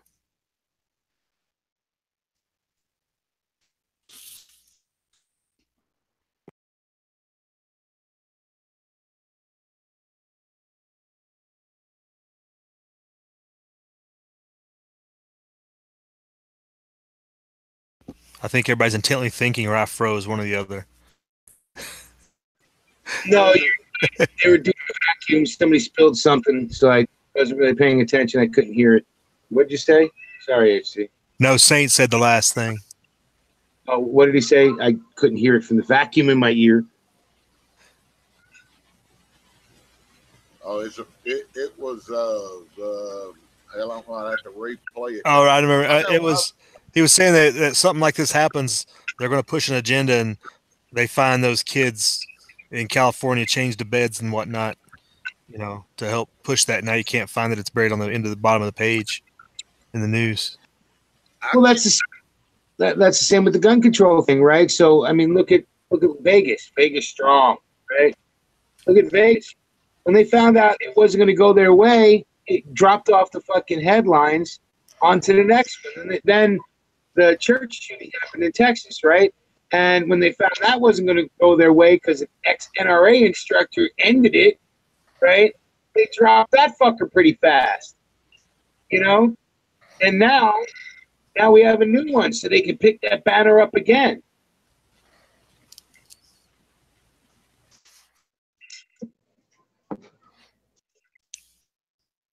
Well, Florida's a big gun state. They're a big gun community. I guess it was last year, maybe year before last, they were talking about how much of a 100% increase in the amount of women that were getting concealed carry.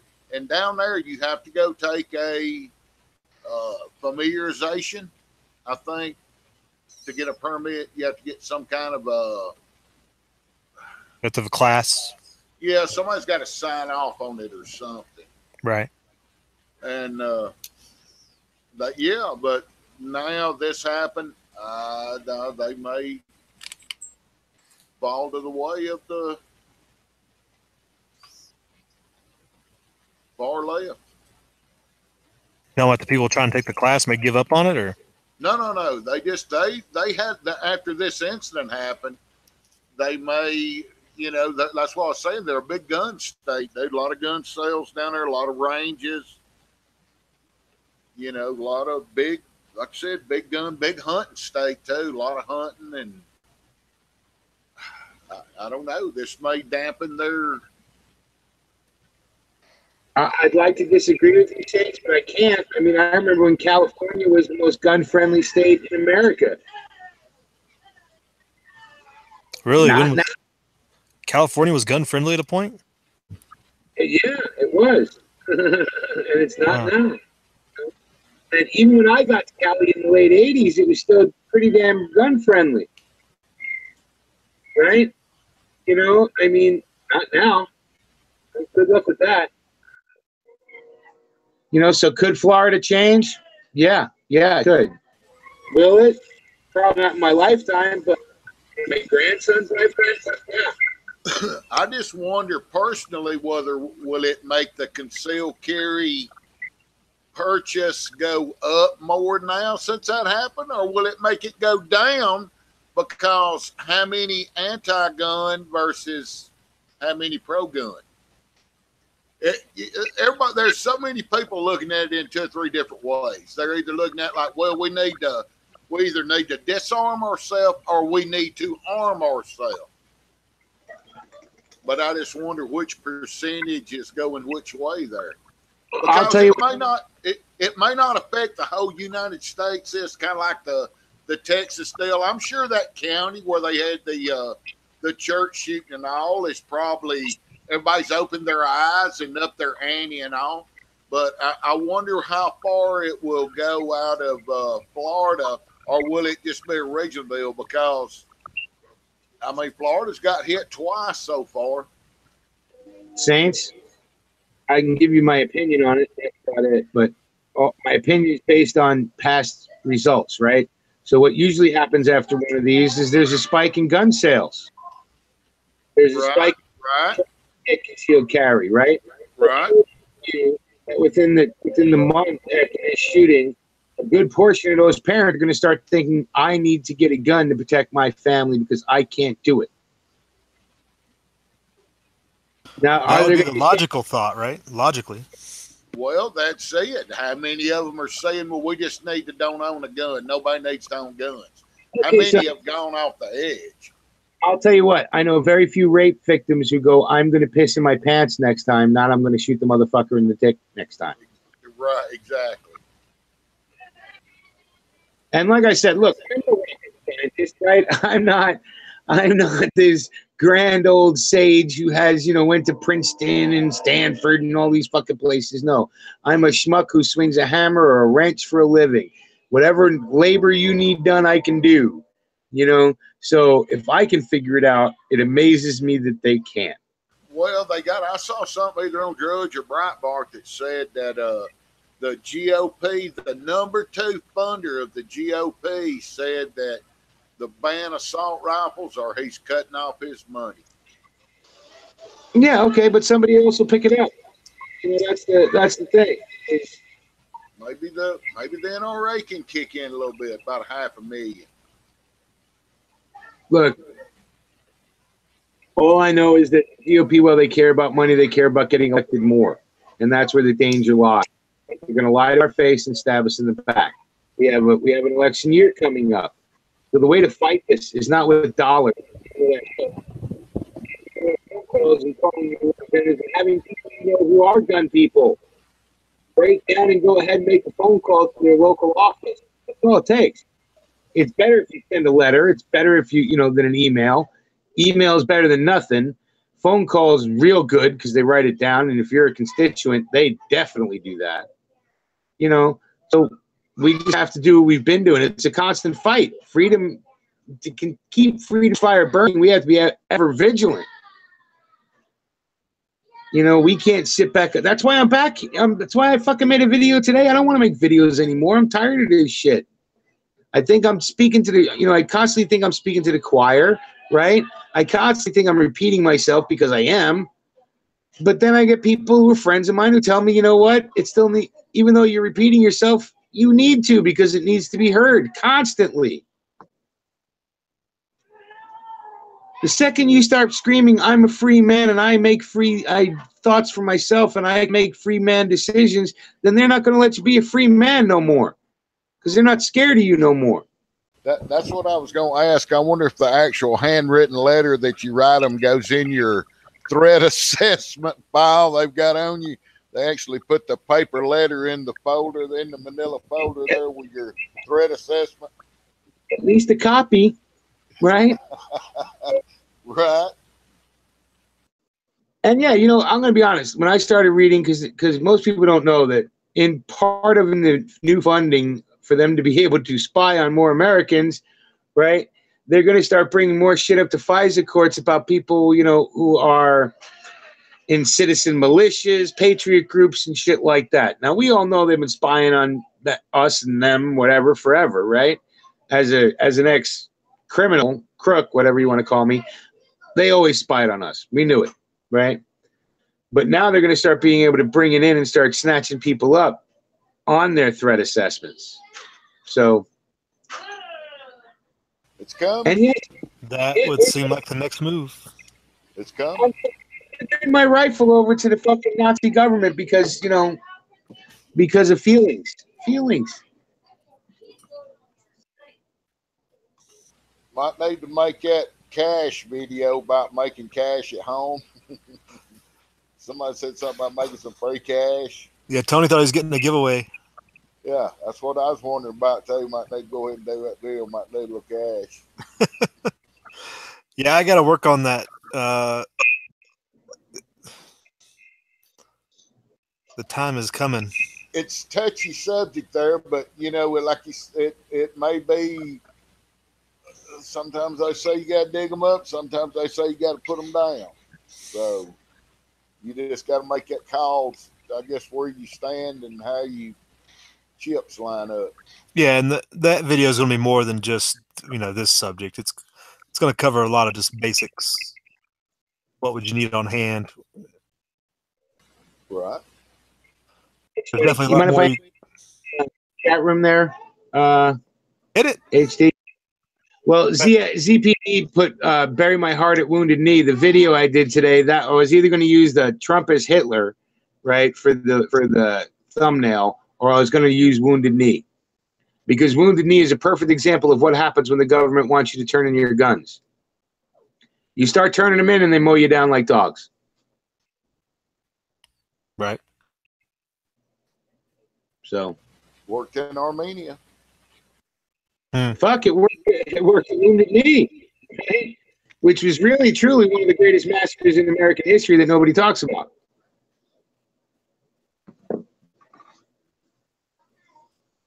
All because they needed to disarm the natives. Right. At a school. So you want to know where the worst school massacre ever happened? Again, an Indian school at Wounded Knee, and it was done by the United States government. So when does the government care about the children? All depends on what the agenda is. I'm just saying. Yeah. Again, thank God for Catholic school education, right? Even though I might not be the smartest fucker, I do have some facts in there.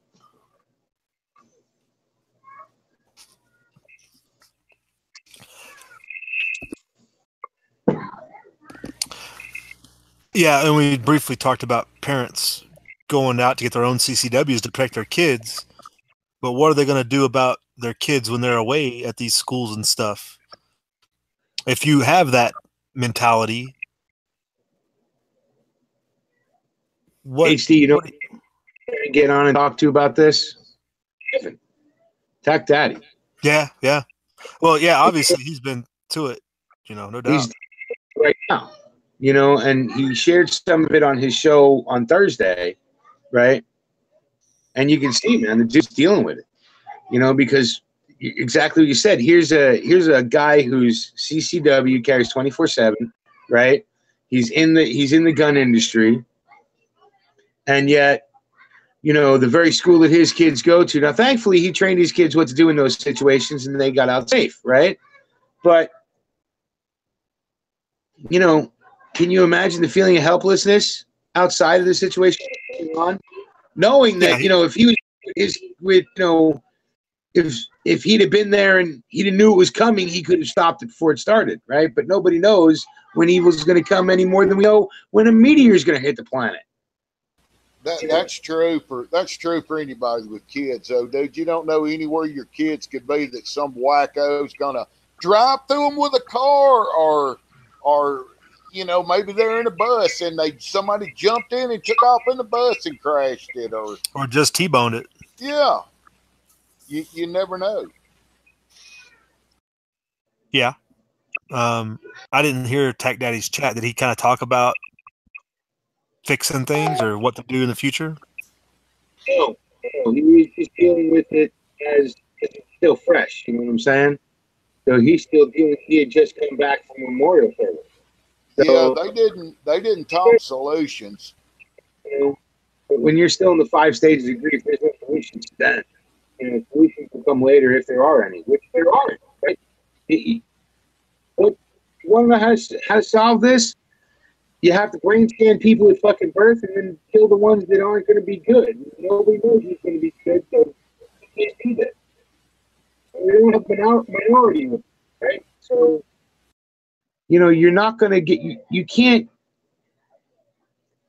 you can't stop people from doing evil shit. Even the best person can do an evil shit sometimes, One thing I like to point out to people is Hitler was a vegetarian who loved animals and loved dogs.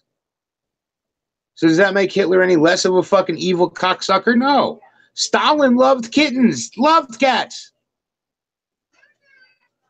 Should I give a fuck? The motherfucker slaughtered 20 million people. Should I care if he loves fucking cats? No. And Mother Teresa was kind of a cunt. She's literally a fucking saint now. She was kind of a cunt as a human being, as a person, on a one-to-one basis. Part of her reason for helping the poor in India was because she felt she was superior to them. Read her fucking writings. One thing along that is you see the psychos coming, but nobody stops them, even though they always say in the after the fact, well, we knew he was going to end up being whatever. We saw it coming. Why, what do we need to do in society to be able to put the clamps on people when needed while still respecting freedom, maybe? Not worrying about feelings, of course. I care less about feelings. I stop somebody, look, without a Minority Report shit, and that would be fucking out of the question too, right? Until somebody actually does evil, you can't stop them beforehand, because if they haven't done anything, I mean, unless you live in a totalitarian society. If you live in, the world of 1984 or whatever, where they can figure out, they can arrest you for anything, and, what the hell? You're going to do that in the future. Well, no, I'm not, but you may. So we're going to arrest you now. But that's that's at the government angle, though. What about at the intervention levels, community level? They didn't do it, right? So you have to start bringing people into to understand first a sense of family, then a sense of community, then a sense of bigger picture, right? Then society. But we don't instill that into people anymore. It's not being shown. It's not being taught. None of this, right? They could have stopped this fucking kid, like you said. Months long, they were talking about this kid's going to be a shooter. He's crazy. He's blah, blah, this. Before he got out of school, he's fucking 19 now. But they knew it for 3 years beforehand? How did you not stop this kid? How did somebody not show up and give enough to talk about this human being, stop them from turning into a psychic killer? Because the FBI did it, knew it was going to happen, and let it happen. I'm talking about his teachers. I'm talking about the people that live in his community. The fucking FBI have nothing to do with that. I'm talking about the people that saw this fucking kid, that knew this fucking kid's name before it hit a newspaper. Right. I was just throwing a bit of conspiracy in there, but you're right. Yeah, and this thing, we both desensitized ourselves to not only our own families, which is why you see, if you go watch people eat in a restaurant these days, everybody's on a fucking phone. Nobody's talking over a meal.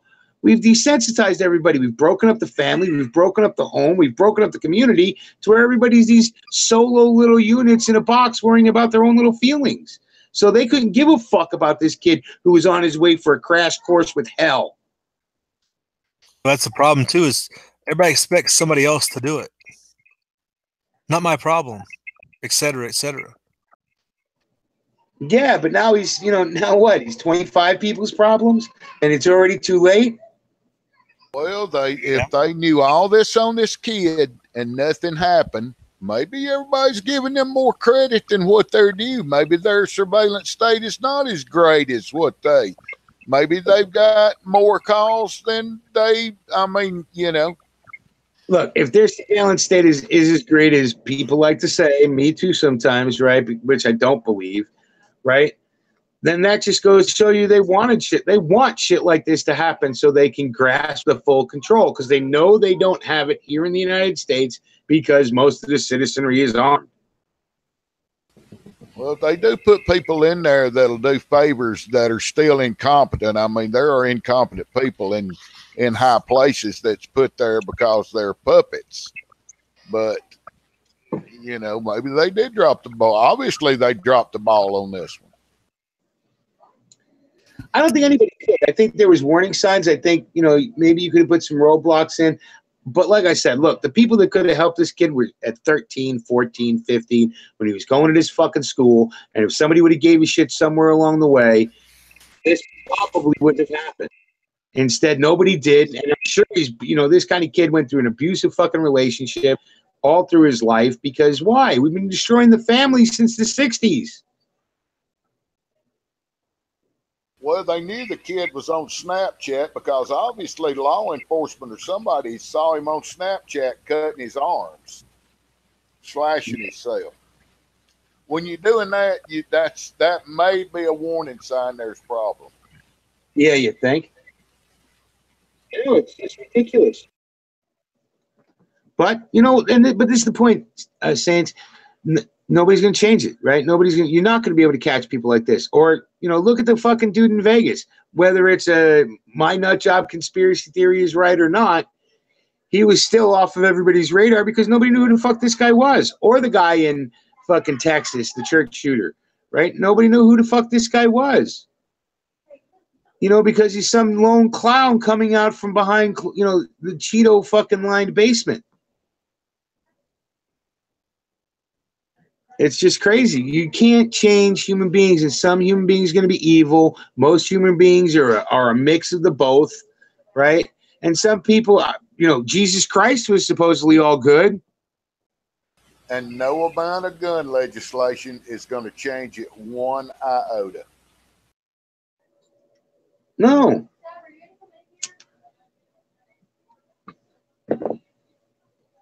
No, not at all. But if we want to keep our rights, if we want to keep any semblance of freedom, because like fucking Sparks points out constantly, and he's 100% right, we are not free. We just have an appearance of it. But if we want to keep up our appearance of freedom, we have to fight for it. Because trust me, you want to see a dominoes fall? Watch what happens if they disarm America. Okay? You want to see dominoes fall? Yeah. So... And it won't be like my video said where the Russians are going to come in and take fucking over. No, they're already here, and it ain't Russians. They are communists.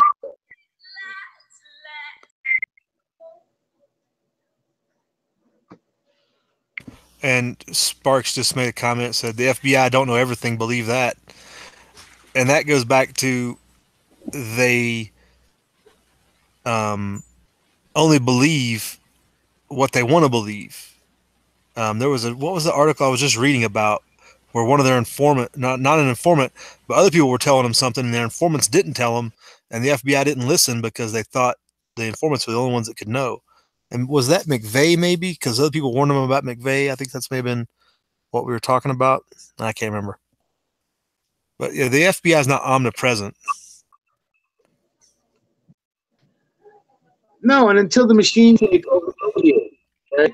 And let's be honest about that. So if you want to go a real fucked up future that could more than possibly happen is the fucking Terminator one, right? Until the machines take over, there's human fallibility in every system because humans are involved in them.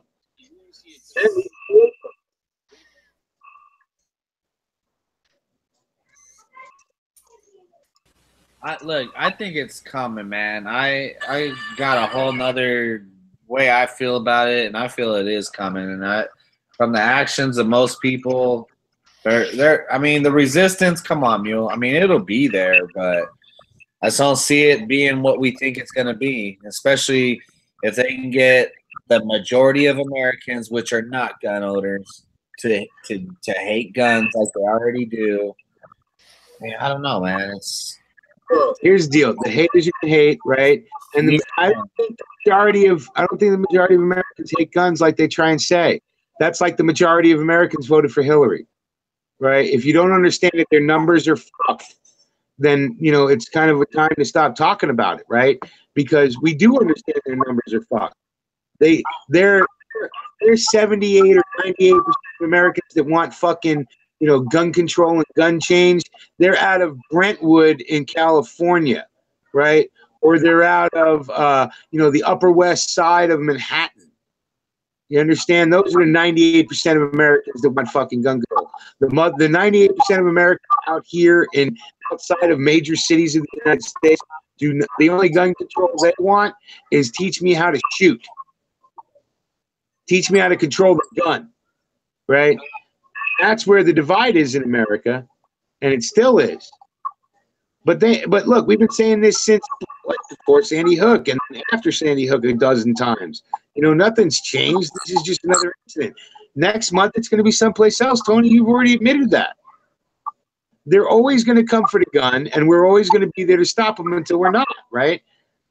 I don't think we're stopping them, though. I mean, little bit by little bit, each state here and there is making anti-gun moves. There's hardly any states making any pro-gun moves.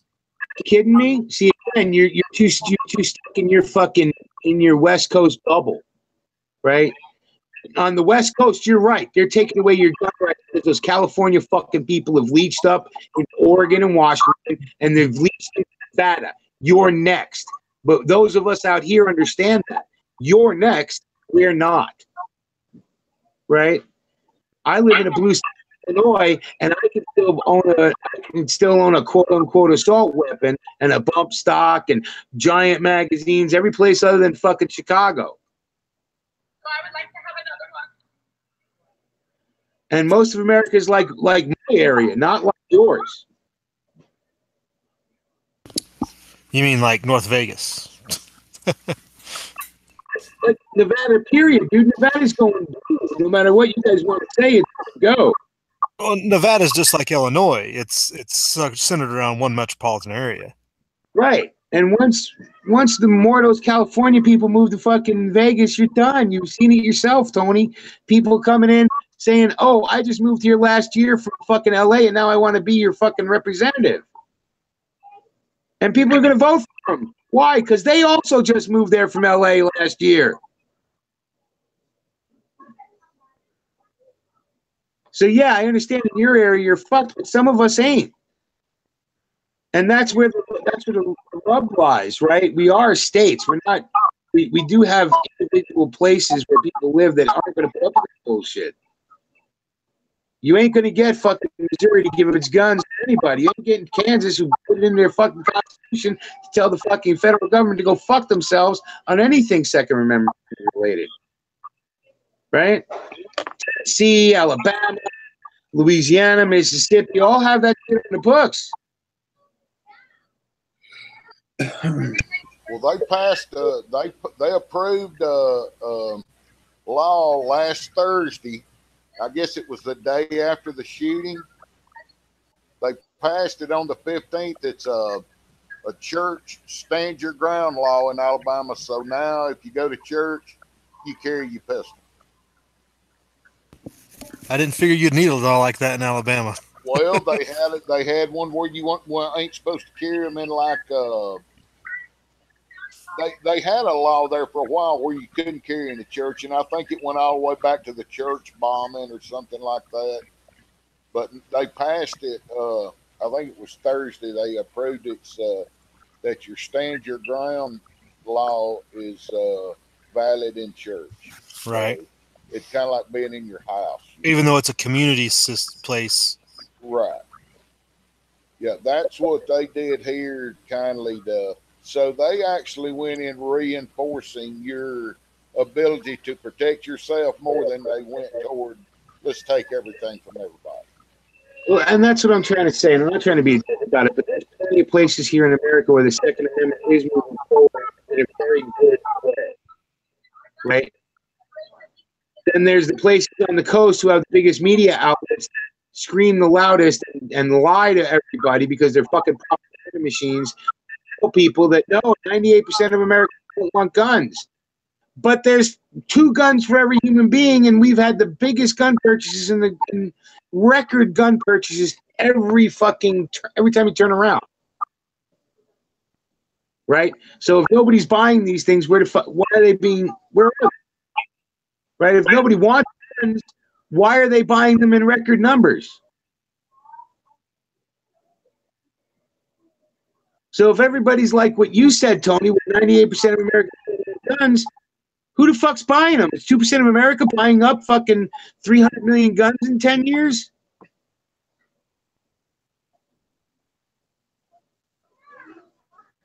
I mean, because you think about it, they said that there was under just a little more than 10 years ago. They were talking about that 0.75 or 0.85 guns for every American. So there wasn't quite 1-to-1 10 years ago. Now we're at 2-to-1. So in 10 years, we doubled the fucking amount of guns in the country in private hands.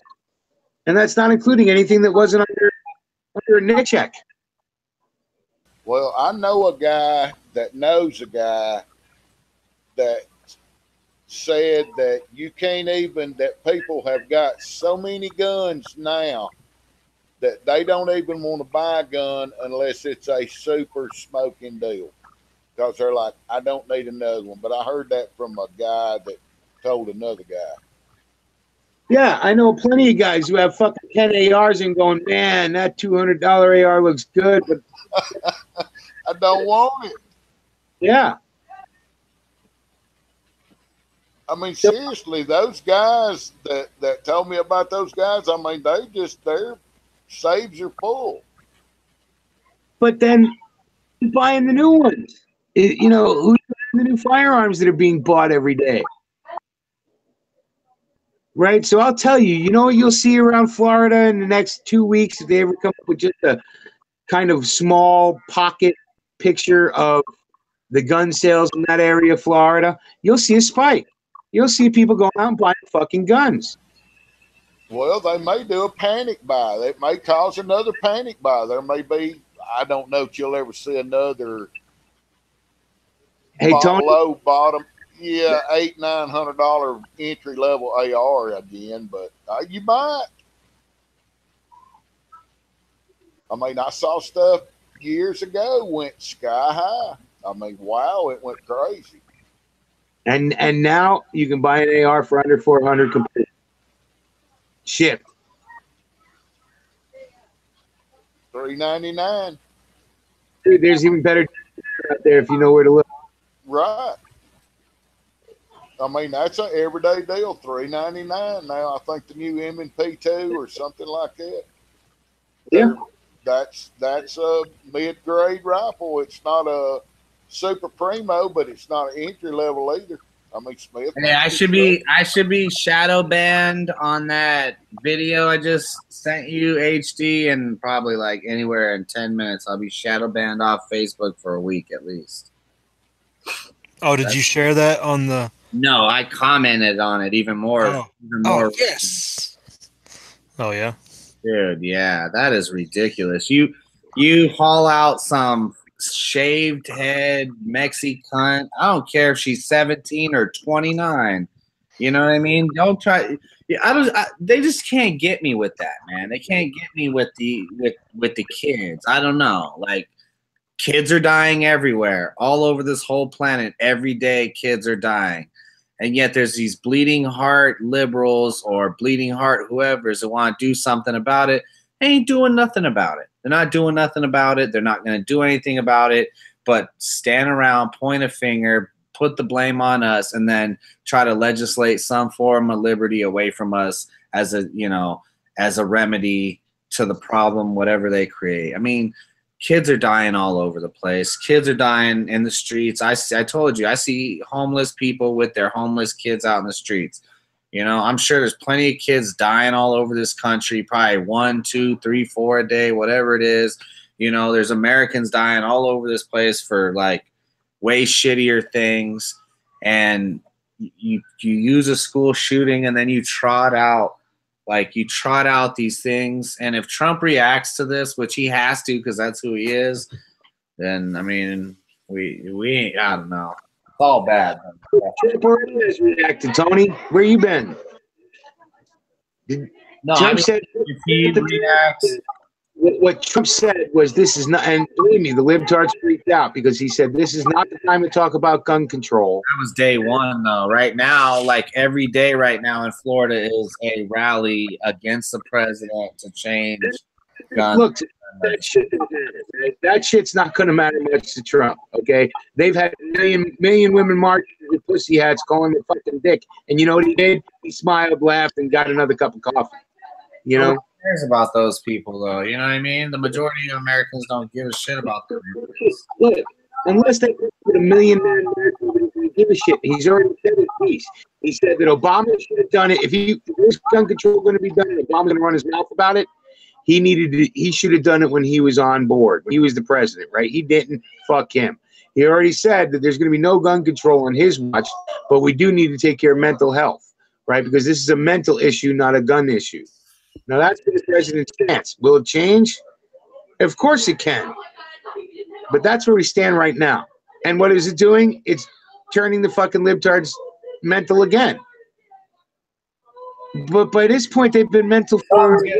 I'm telling you right now, something's going to change. This is not going to continue on.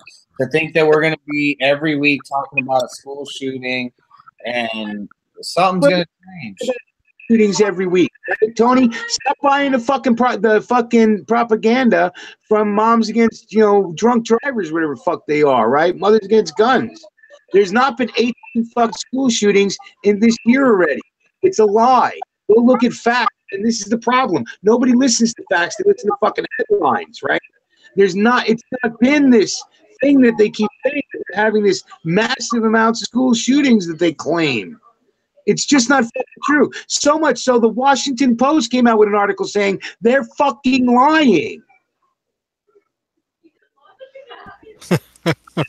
Right? I'm not even talking about the school shootings. I'm talking about all the mass shootings. They're not. You just. They would change shit for the better if that was the case. They would change shit for the better. They're not going to change it for the better. The remedy of government is to take away liberties to make us feel more secure. They're not going to give us shit back. Fucking remedy for school shootings. You want to know that the only remedy for school shootings is to bring back the family, bring a father back to every family who's going to beat the shit out of their kids when they fuck up, and how to teach them what no means. Right? And then for them also to be compassionate and caring and empathetic to their children and give a fuck about them. But you ain't going to change that. They just spent 50 years ruining society, so none of that matters. And this is what we get. So you're never going to get a stop in school shootings, just like you're never going to get a stop of fucking evil people. Right? So we get a reset, right? Do away with pimps. It's not going to do away with pimps and hookers. Some fucking guy want to control women and make money off of their fucking back, and there's always going to be a fucking pimp out there, right? It's just that there's going to be some nut job that's going to shoot up a fucking school, or shoot up a fucking workplace, or shoot up a fucking McDonald's, or fucking run a car down the street full of fucking people at a party time, right? Or fucking blow up a building, or set up a car bomb, or set up an IED, or some shit. There's always going to be fucking evil people. You're not going to change that. And all the laws in the world ain't going to change it. God's law didn't change Cain from being a dick and killing his fucking brother.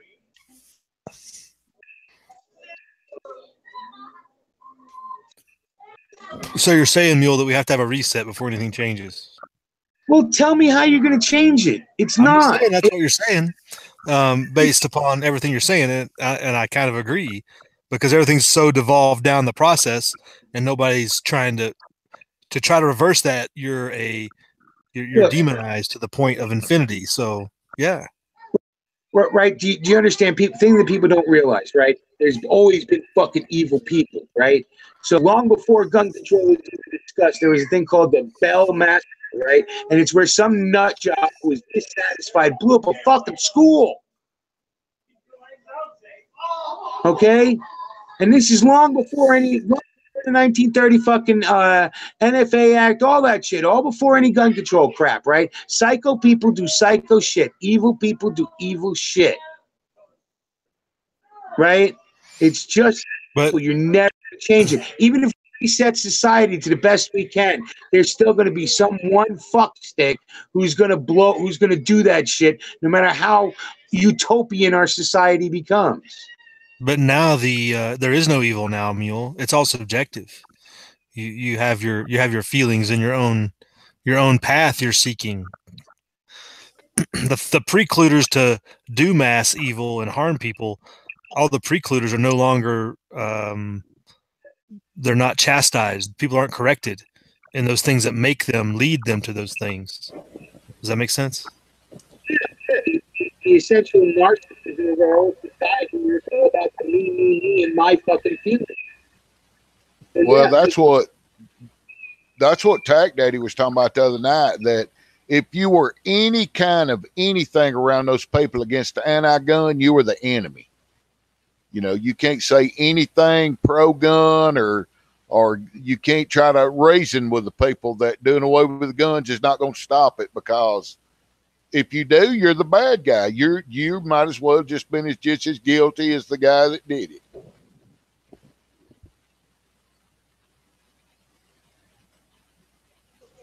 And we need our feelings about being told we're a bad guy, right? I don't give a fuck if you call me a racist. I don't give a fuck if you call me a misogynist. I don't give a fuck, right? You want to hurt my feelings? Sorry. You burn them out. No more there. Right, but Right. To go with that, though, there are a lot of good people who are trying to, I guess, like Saints is saying, reach out to them people and talk to them and get called those names and stuff, and they kind of do care. They kind of have feelings, unlike us who have no feelings. But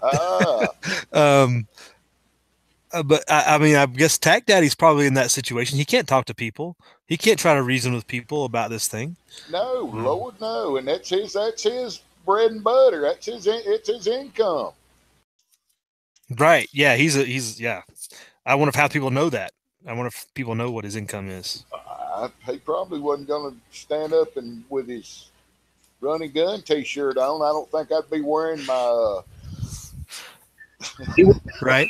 Right. Yeah. You know. Hey, cat to the rally. Say again. He wore his Glock hat to the rally. Oh, really? Oh, right on. That's like wearing a MAGA hat on Berkeley. Yeah, that's putting it out there.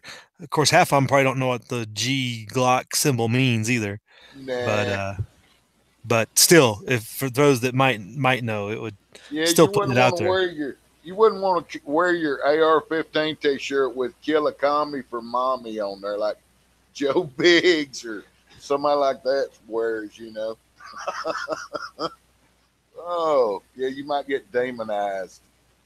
Yeah. Wow. But you're in your home place there. You're in your community. Like, you're going to get demonized, not by the mainstream media. You're getting demonized by your neighbors, by people your kids go to school with, by teachers, principals, the media, your local media. Like, that could get really ugly. Yeah.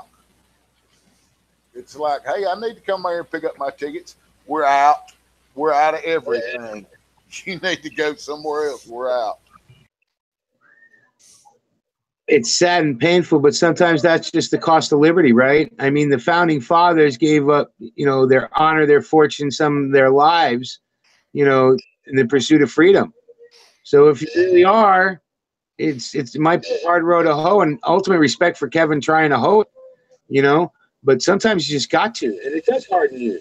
And look, men are supposed to have feelings, but we're not supposed to let them control us, right? And that's what we have to become out here again, men. The lost art of manliness out there in the fucking soy beta America. Well, obviously, if he's wearing that hat to that rally, he's willing to engage. He's not like backing down, but it's hard to get your voice in edgewise, probably, other than that. Yeah, we see it on the news, but I'm sure he's seeing it everywhere, everywhere he goes, and it's all everybody in that community down there is talking about. And, like us, we distance and, see it on the news, hear about it a little bit, and then move on with the daily life. But, yeah. But we just lost Mule. Oh, losing him at Cyclic right now. Well, that gives me a good chance to go in the side chat here. We'll see what's going on real quick, see if Mule joins us again, or we'll keep rolling. Back up just a little bit to see where we're at. Glenis Vilkas, there's a solution. Here's a good one. Glenis Vilkas has always got the witty comments. There's a solution to this. School security. Catholic nuns, a nun with a 12-inch wooden ruler can take out a machine gun nest. Right on. I don't have any experience with that, Glenis. I'll take your word for it. ZPD Survival brought up Crazy Horse. He's reading that biography and Wounded Knee. He was talking about that earlier. Mall Ninja, I think tongue-in-cheek, says time to enact pre-crime laws, Minority Report rules, with a Z. I think that's tongue-in-cheek partially. I mean, Bulls joined us. How you doing? Didn't know you were with us yet. Because they didn't want to hurt his feelings and other psychopaths' feelings. Right. And I think that goes back to having an effect before it happens. People were seeing it and seeing the effects, but nobody wanted to hurt anybody's feelings by calling it out ahead of time. Some people reported it, but who approached him and talked to him about it? Because they were either afraid to hurt his feelings and put him further into a bad mental state or whatnot. People can't handle that mental combat anymore, whether they're on the good or the bad side. M. Long says they will Pol Pot this place in a day they get the guns. Well, it'll be something like that. I think we could agree it'll be a bad day. Wow. Sparks says our forefathers told us what to do. When are we going to listen? Good point. Our forefathers told us we can remove a form of government that has become egregious to those ends. Declaration. Yes, Wood's out there. What's up, TS? I think he was saying you were feeding back, Mule, or somebody was feeding back from Tony's mic. Or we were getting feedback from Tony's mic, maybe. All right, well, Tony doesn't speak a whole lot, fortunately, for all of us.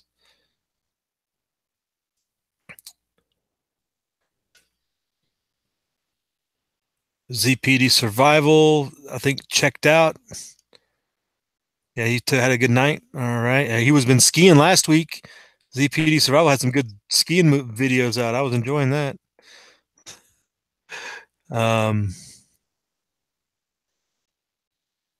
Certain covert organizations are organizing their moms to march against guns and scream with righteous indignation for people to turn over their guns. Right? Sometimes Galenas Vilka says, sometimes I get real happy when people hate me. Right? All right.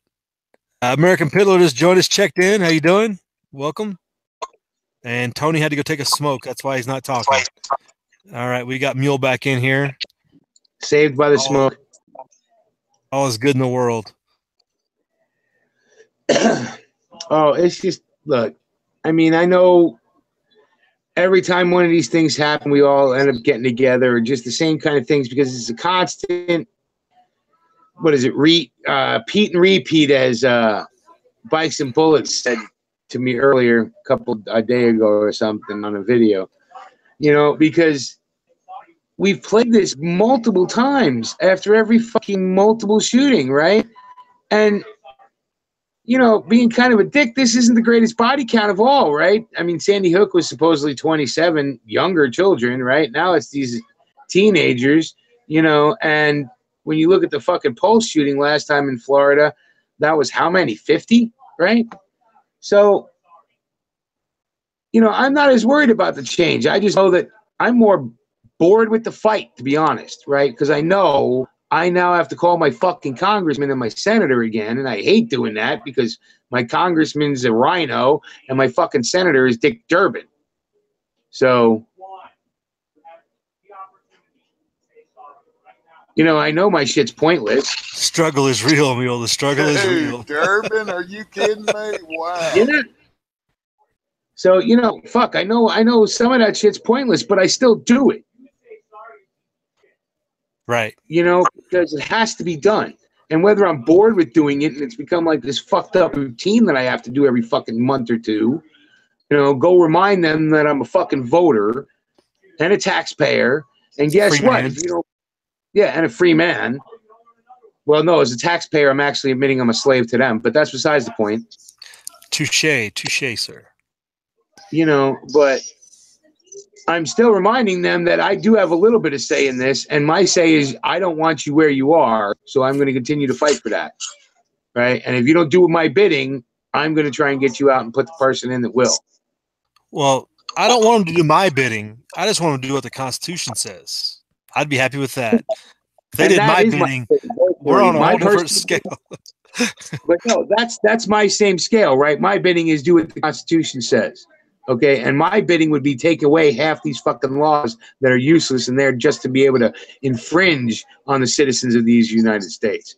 So my bidding is way different than most other people's. It's yes, follow the Constitution, break it down to just that, and that's all you get to do, feds, is what the Constitution says.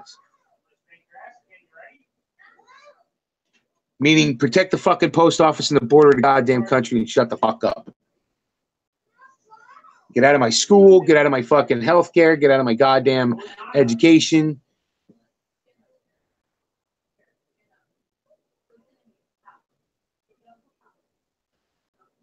Sorry, was that to me, Mule? Sorry.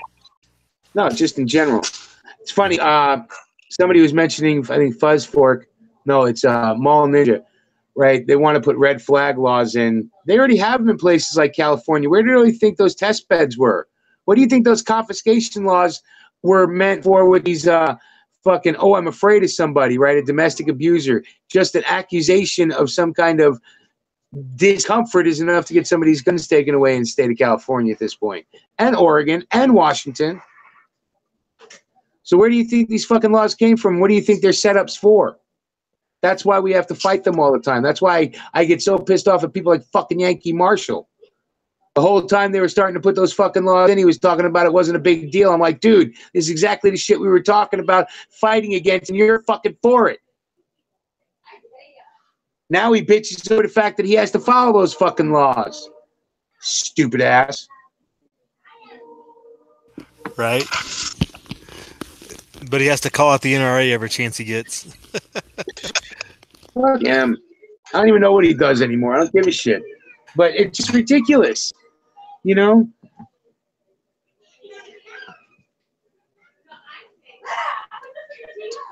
Yeah, you're talking about the rehash, like reattacking every time, but it also has to keep it fresh in people's mind and there's new people involved in, and I wouldn't say waking up necessarily, but looking at the situation, looking at it from, it's all new to a lot of people. A lot of people don't even understand that this has been going on. They think America's been immersed in this deep, bad gun culture for forever. There's been all this evil stuff going on. And then out come the government's numbers that show it's all been going down for the past fucking 40 years, right?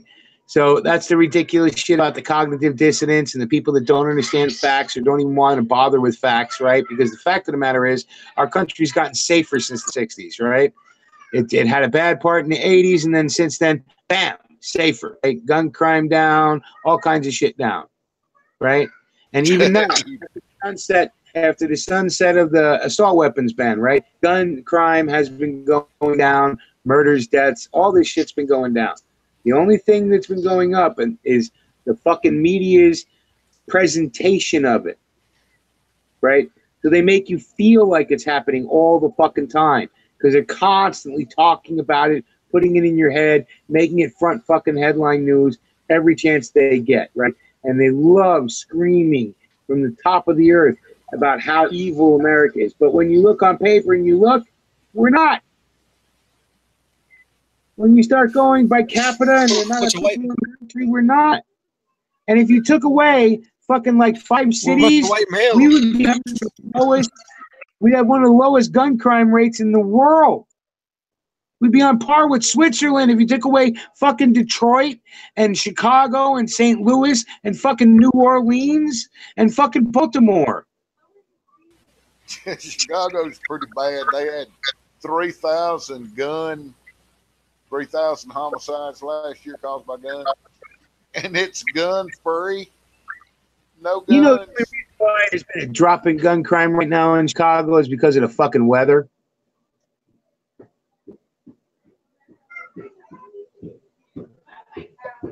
All the snow. I think that's it. They ready the snow? All the snow caused. That'll do it. No Snow targets. keeps people honest, man. That's where Yeah, it's no at. targets of opportunity.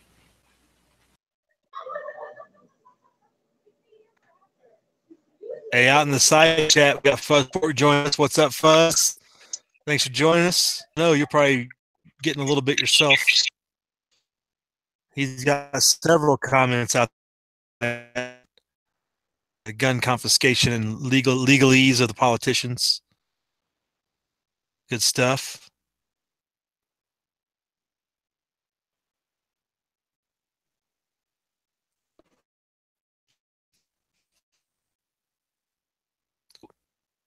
Tony, as somebody that has kids in the public school system, what do you see you can do to help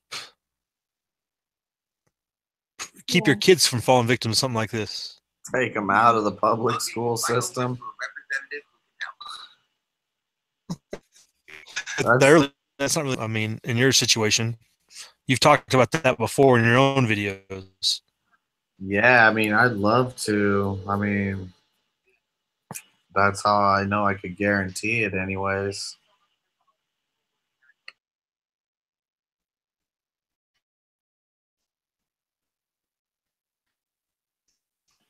I'm on the Do you room. They're not, I mean, they're about that age where you could speak what to do if they hear noises or sounds or something like that that knows happen. I tell them pretend they're in a scary movie and Freddy's after them. Yes, it'll be paid tomorrow. All the same rules apply. Yeah, fighting. You can't fight, you run. That's not bad advice. Because too often kids, the indoctrinated will freeze. Like they don't know what to do. And inaction is the worst, is most surely death.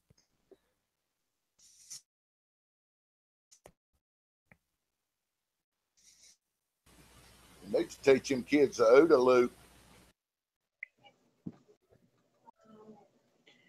Hey, Tom, I was going to suggest you start a GoFundMe for your kids to get bulletproof backpacks. You know, those armored backpacks they're all coming out with now? I know, right? Ones with little plate carrier holders in it.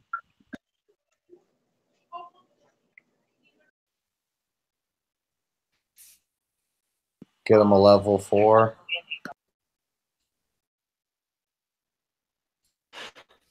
That's better than most of us have. Or I can put it in online. Probably be carrying probably about the weight of an extra textbook. Okay, what's the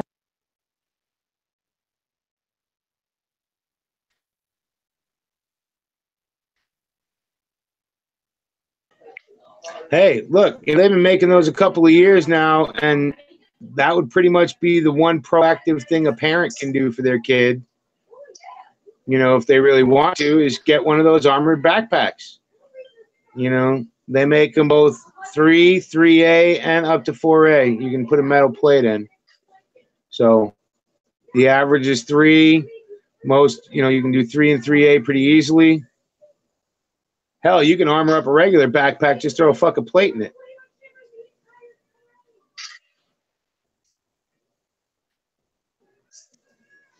Right, Yeah. but then there's Looks like they're about $155 to $200, even some for $250. Yeah, but here's the problem. A lot of schools don't let you bring the backpacks past your fucking locker area. And there's some schools in the country that won't even let you. The only backpack you could possibly bring into school is a clear one. That's the way it is. That's the way it is here. All clear backpacks. But as we've seen with this particular school shooting, and most of them, the threat's external. It's not internal. You know, even if they are a student there, they come from the outside with these things to shoot up schools. They don't bring them in, wait half the day, and then go start shooting their friends. Yeah, they're pretty pricey. There's nothing under $100.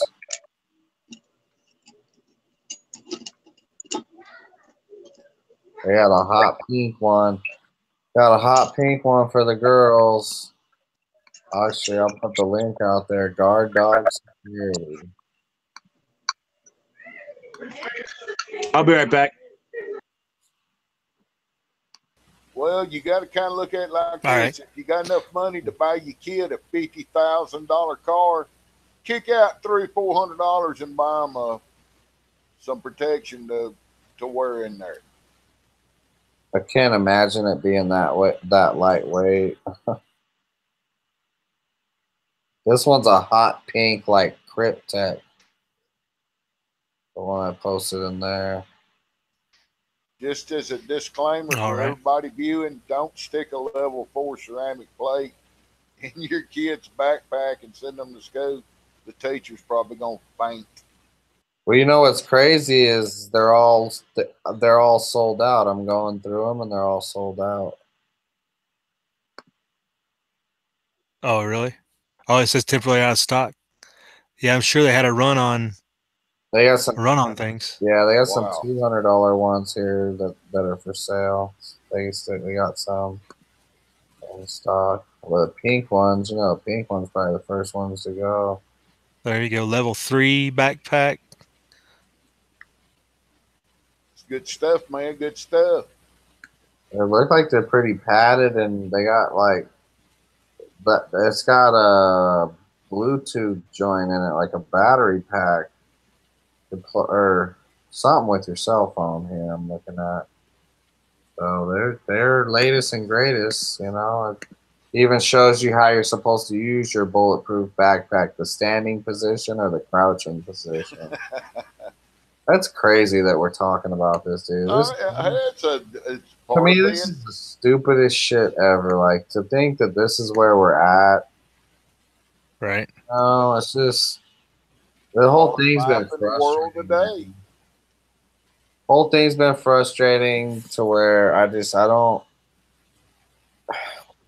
like we're stupid as a society. There's no way that we even hold on to our guns. You know what I mean? Like, obviously we'll hold on to them, but our rights, we've let everything else, you know, slip through our fingertips. I mean, I don't understand why now all of a sudden we're going to become great constitutionalists and, you know, figure a way out of this. We're just going down the drain, dude. And I mean, when I see what Trump's doing, I just don't see him doing much, you know, and that's why I get the way I get. Like, they're coming for the guns. We know it, obviously. I think they'll be more successful the more the more the attacks, you know, are played out to be like more horrendous, more egregious each time against children or other soft targets, and people are weak and they'll bend and they will end up giving up, I think. Hey, here's so they're getting some clickbait questions on these forums since the 14th. So the very top question here, the last question is, do you make a backpack that will protect against assault weapons, specifically the AR-15? And the answer back from the manufacturer is no, not this model. This armor comes in levels 1 to 3 and usually protects against the type of ammunition used in handguns, the number one firearm threat faced in America today. According to the FBI, it is possible to get level 1 armor, the lowest available, but most manufacturers only offer 2A and above. Yeah. The increased threats you face, level 2A is the minimum recommended protection. And there's another one down here. Do they make backpacks that stop assault weapons? So people are out there asking them. They're specifically saying assault rifle. Or they're saying, will this go off in a metal detector because my school has them? Zippers may, but Kevlar won't. Obviously, we know Kevlar won't, but I don't know if that answers the backpack metal detector deal. I've never heard of see-through backpacks. That's fucking crazy. Yeah, Kevlar backpack shouldn't set off alarms any more than any other carry-through backpack. Got 5 stars on this one. I was looking at one of the cheaper ones, the ones for like 119 bucks. This one that I posted though is a 5-star rating. What else? It's only got 2 reviews on it though.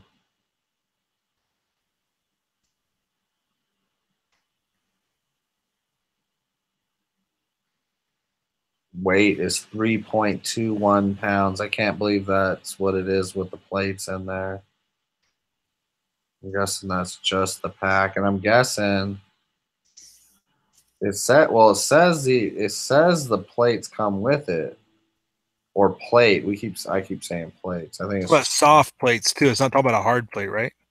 no. It looks like a 3. Well, maybe official NIJ level 3A certified for bulletproof protection certificate. So that could be, yeah. That would be soft, huh? And you could get it either way, but I'm thinking in the backpack, if they're saying it doesn't go off in the thing, it's not a steel plate. Right.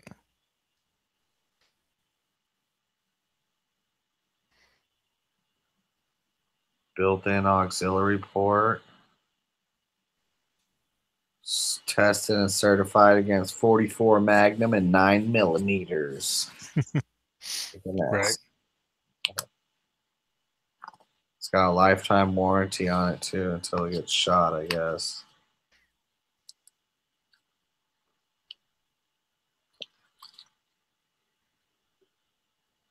It's crazy. Pretty cool backpack though. It's like a hot pink Cryptek. You can carry the hot pink, Tony. I'm not touching it. Shit, nobody will mess with my backpack at least, right? Yeah, you don't have to worry about nobody stealing it, I guess, right? And Sparks has a good comment out in the side chat. First time a kid smacks another kid with a backpack, they'll ban them. Yeah, puts that little extra weight behind it. They'll blame it on the backpack. Guard Dog Security's pop. Whoa. I'm gonna play the video. I just meant to mute it. My bad.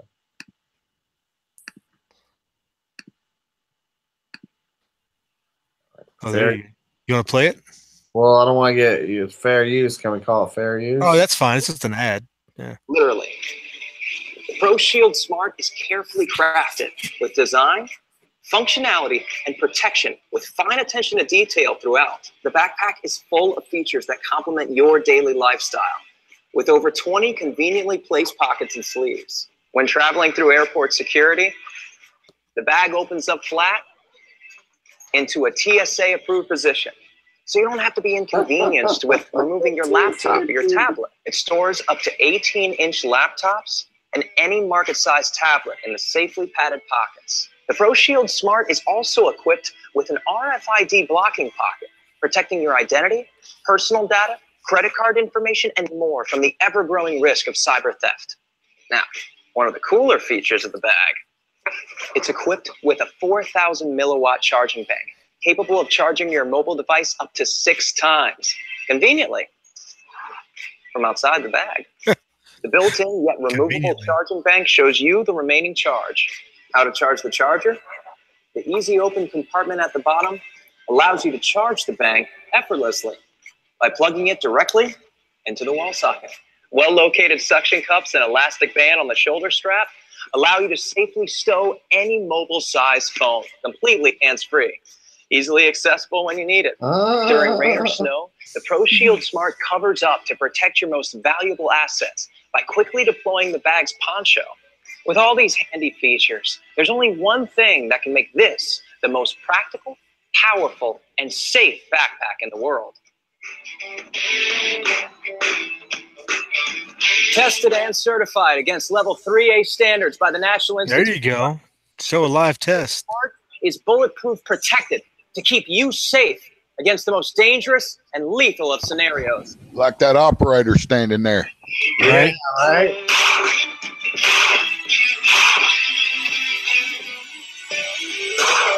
Yeah, you better dump that mag, buddy. Mag dump into the pack. As you can see, no penetrations.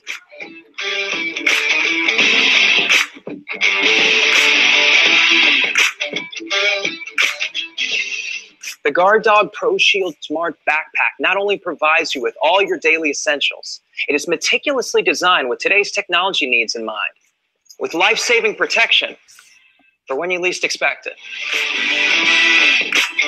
They didn't show the plate, or they didn't show the armor, or like what it looked like after he got shot. Oh, yeah. I have a question.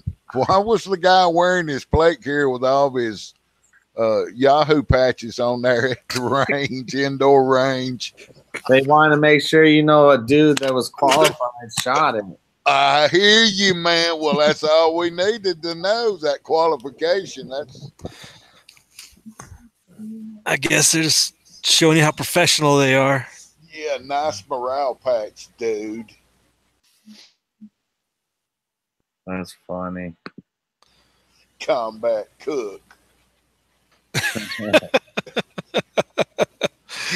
that one's sold out though. That's you know, that's good news, I guess.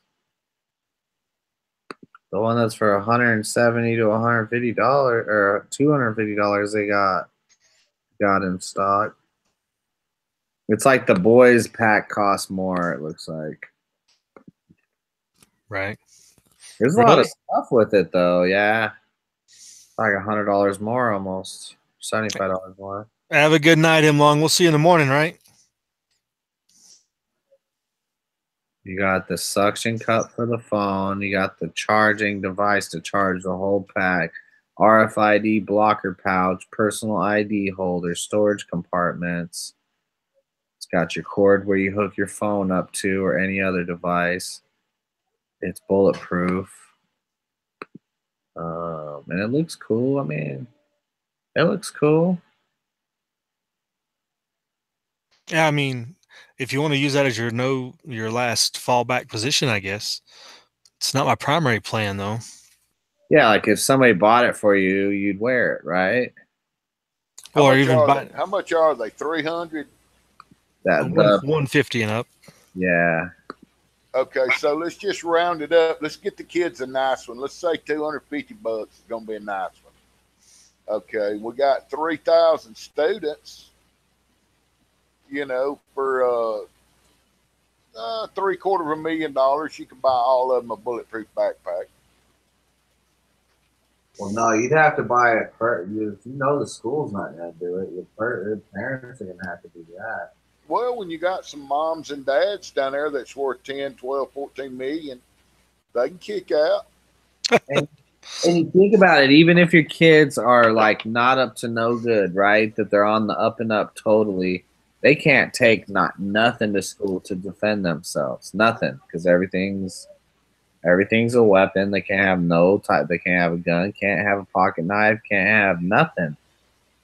Man, they need some Jason Bourne training. Teach them how to fight with a hard ink pen or something. I don't know. Right. Yeah, that would be crucial.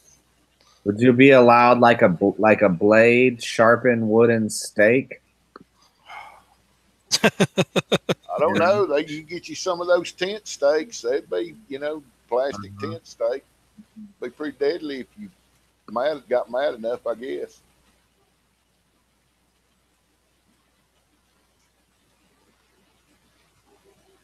They used to sell a CIA letter opener, but they probably frown on that.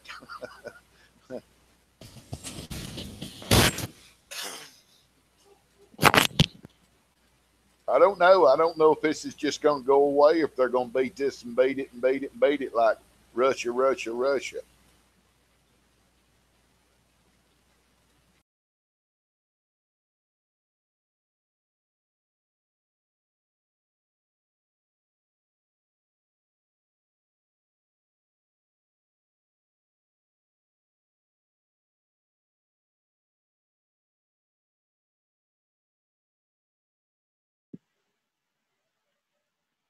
Everybody knocked out all at the same time.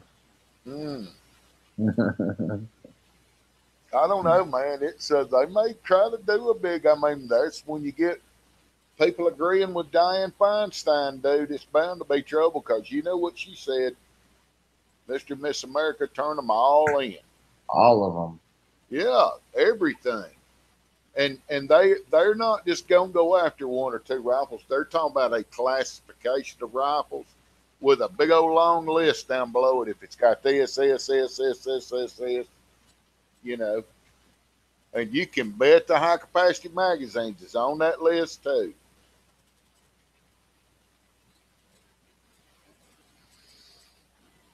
Be a run on 30 round mags. That'd be $25 a piece again. Or $100 a piece.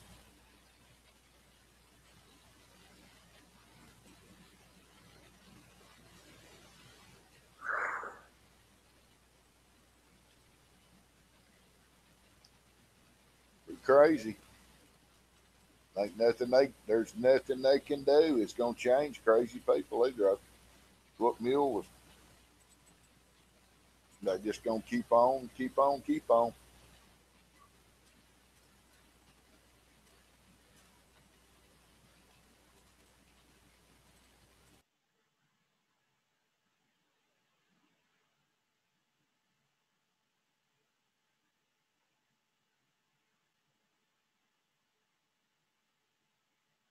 You need to give me permission so I can do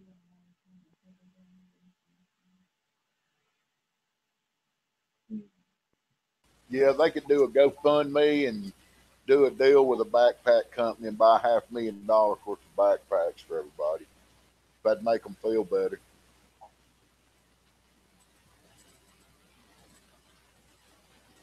Don't know they'd do any good.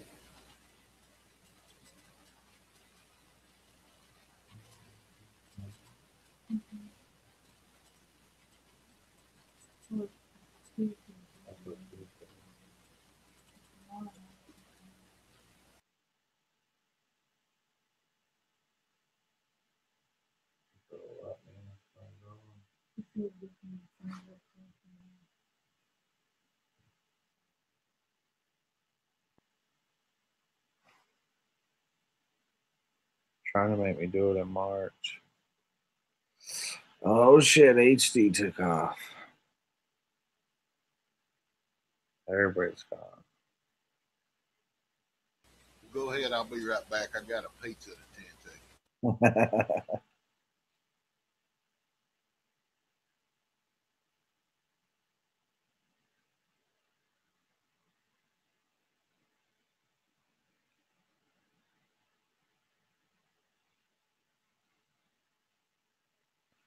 Don't work. I'm trying. It's not working.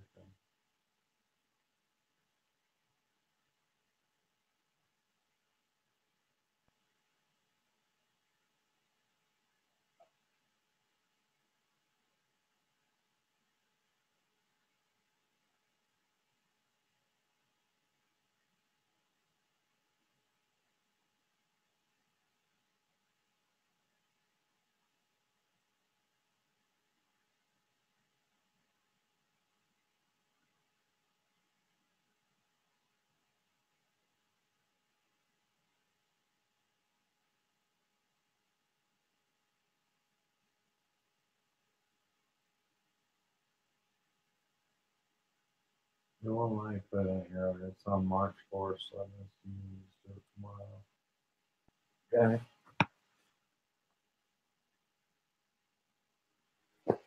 So I guess I'll do shout outs since there ain't nobody here.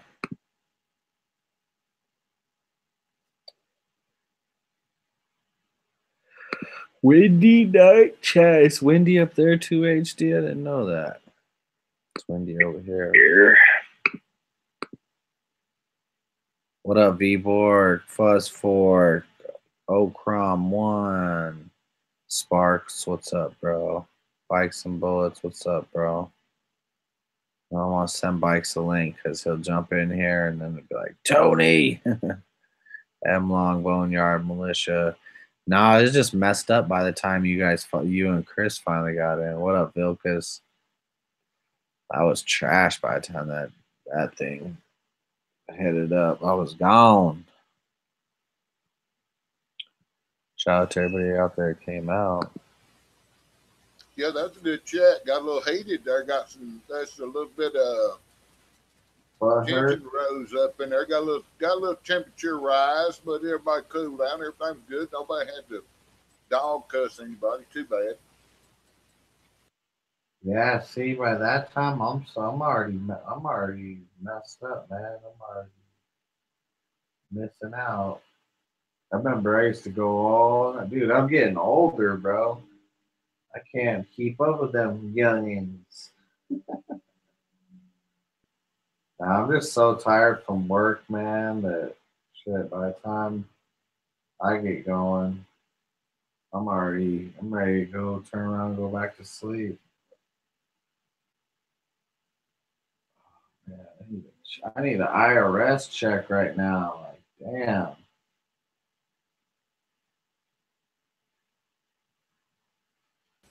What about that snapshot I sent you today? That's nice down there. I had my big doggy down on the water.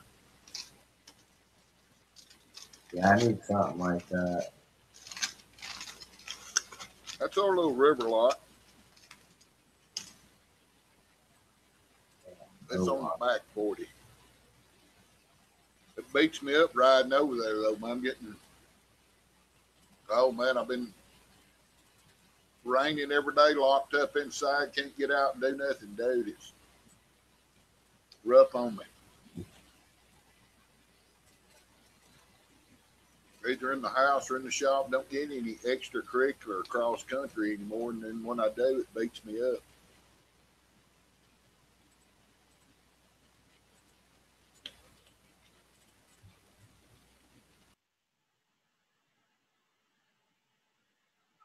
Yeah, it's kind of a long, boring weekend for me, man, just hanging out.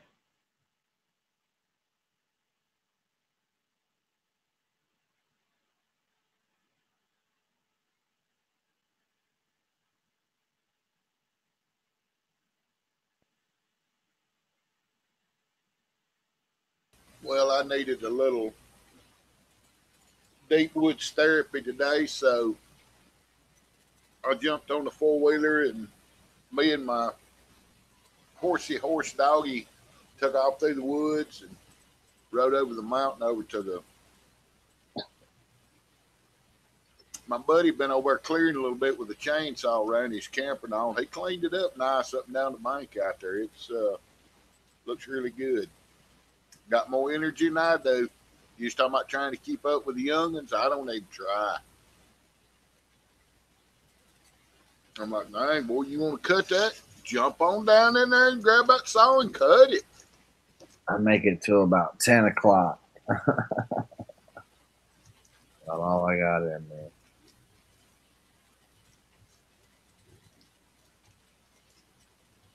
HD's back. What I miss? Everything. Dead air. Nice.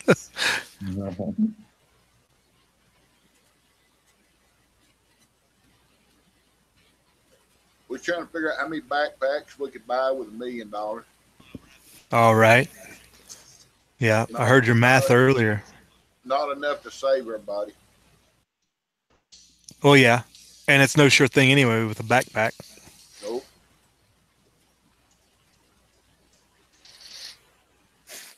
They really need to do some further testing. I mean, that range test is one thing, but putting it on an object that doesn't move and has density and etc. Different type of test. They forgot to tell you that backpack on a 8-year-old child with a pistol round hitting it at full speed's gonna be like getting hit by a motorcycle running 50 mile an hour. Yeah. Ow. It's not gonna feel good anyway. Oh.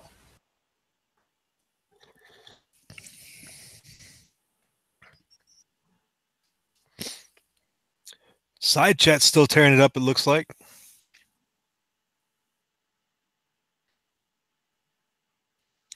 V-Borg's out there. How's he doing? Joined us. Fuzz Forks giving everybody the constitutional rundown.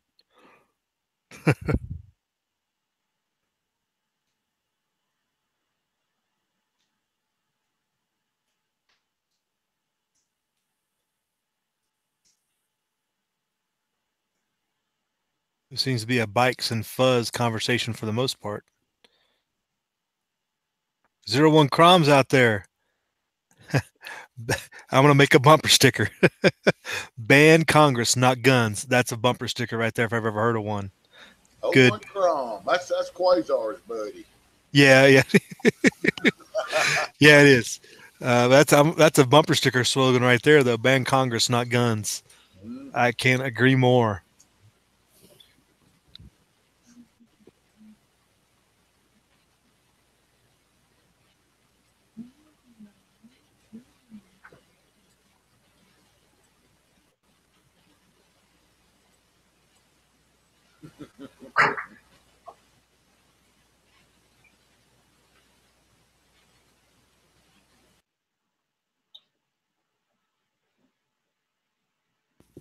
Well, we've kind of beat up the school shooting situation. Want to move on to something else? Got any other topics on top of the mind that we want to hit up? Since we're what, 3 hours in, so move on. Where the hell Mule go? Mule got lost. He may have had to go pick somebody up or something. How he is, you never know. It's hit and miss.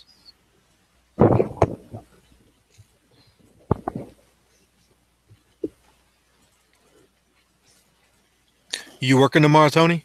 Yeah, I'm working in the morning. Oh. Well, not if it keeps being windy like this. Oh, ain't no roof work going on in this mess, right?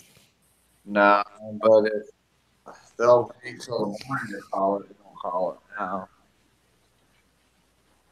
Why are there two of you, Tony? They'll wait till we're at the shop, then they'll call it. I haven't looked at the weather though. What are we looking at? Windy, windy, windy. Whoa, shit! Windy all day tomorrow too. 3-day weekend. That's what that looks like. Safety first. Safety first. Always be safe. Dude, so I had to go to this VA hospital over here, the big one. That thing is fucking massive, dude, and it's nice. Like, they spent a lot of money on that thing.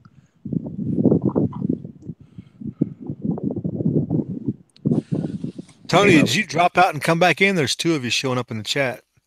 Oh, I'm on my phone. Okay. Mess with my mind. See if it'll let me. That's one way of getting a full panel is call in on every device you got.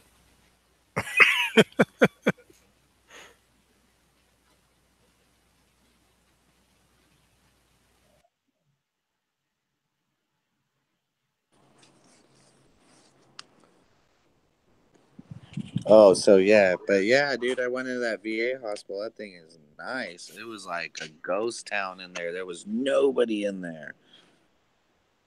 Massive hospital, bro, and there's nobody in there. They're all, I mean, there's patients up in the hospital wing, in rooms, but no staff in that mother. And it's President's Day tomorrow, so there's like extra no people here this weekend. But yeah, my grandpa's he's in there right now. He got admitted this morning. Is that what the holiday tomorrow is, President's Day? Yeah. I guess they're rolling Lincolns and whatever into that now is something that I heard, right? Or with the school system, that's what they're doing. They're rolling it all into. So the kids had Thursday, Friday, Saturday, Sunday, and Monday off, I believe. Wow. What? Yeah, it's ridiculous, dude. I don't think they've been to school since Wednesday.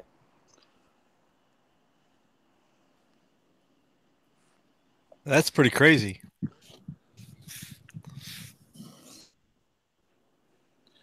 Yeah, that's what I'm noticing about the school system, though. They just look for reasons to have the kids out of school.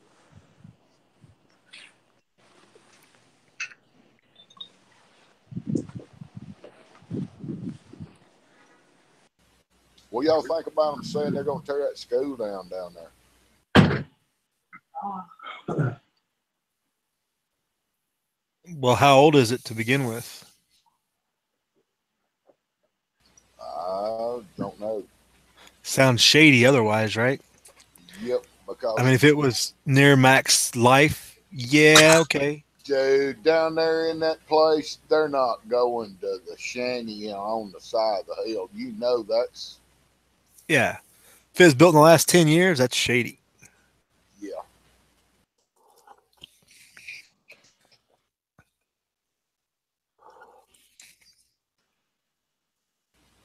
I know this is kind of off the subject, but this school they built here, if you look on the FEMA camp list, this new high school they built here, if you look at it where they got it marked on the map, it's on there. The high school is the FEMA camp, supposedly.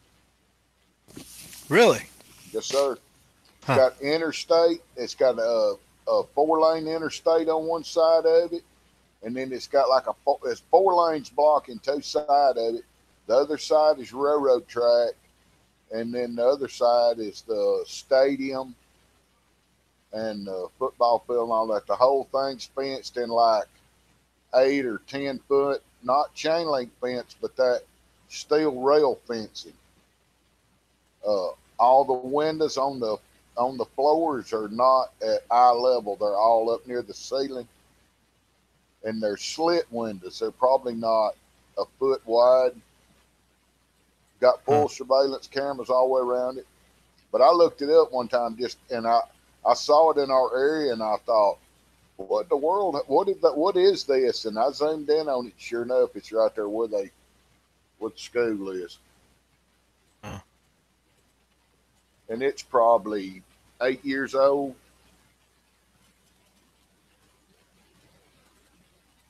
Yeah, fully fenced. Yes, sir.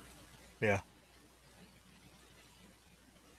All they got those roll in those telescoping guard towers. Right? I'm sure you know what I'm talking about. Yeah, they have, I mean, every police force has them nowadays, it seems like, Yeah, for for special events and stuff. Yeah, scissor lifts or whatever they are with like a Right. box on them. Pretty much. Yeah, observation tower, however you want to sell it. Right. Oh, they got to put a friendly name on it, like safety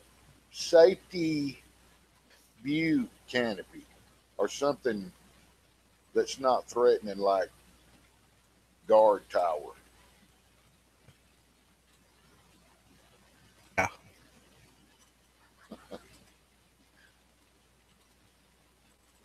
Like the Patriot Act is not patriotic.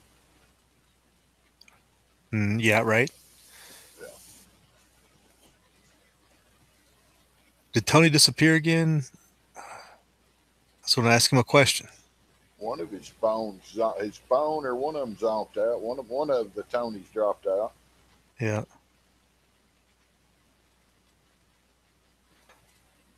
I was going to ask him, I don't know that you do know the C-Max Arms video chain going around. You seen this? Fella, one of the YouTube channels, Bad Health. No. I don't know. I think Tony knows. I'm not subscribed, but I'm subscribed to every channel that is doing VRs for him. I just wanted to get an update more what it's about. If Tony knew or not. Mule might know better. He knows it's a gun channel specific thing. Somebody in the side chat probably knows more about it.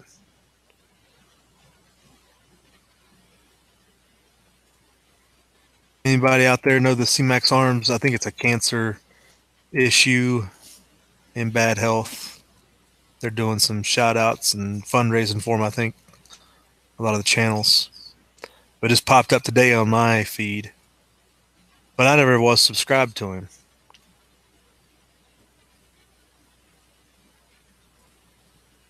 Don't know.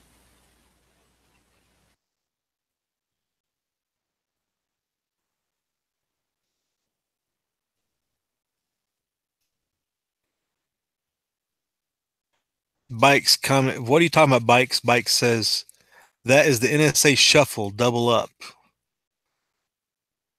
Pick. I'm not sure what he's talking about.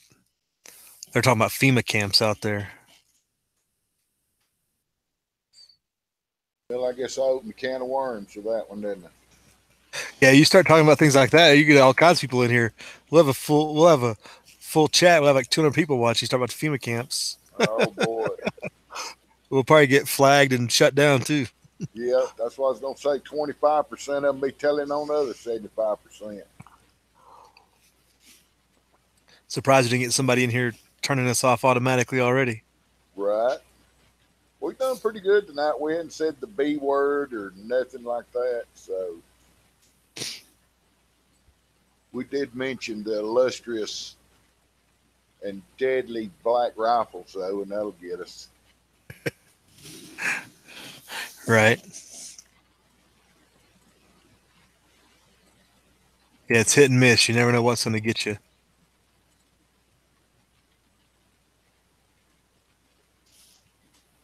You see the internal HD?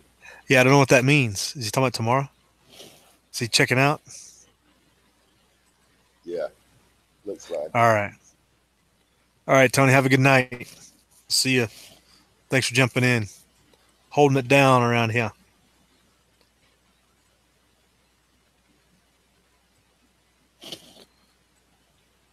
So once again, we're down to me and you, Saints. Mules, UA.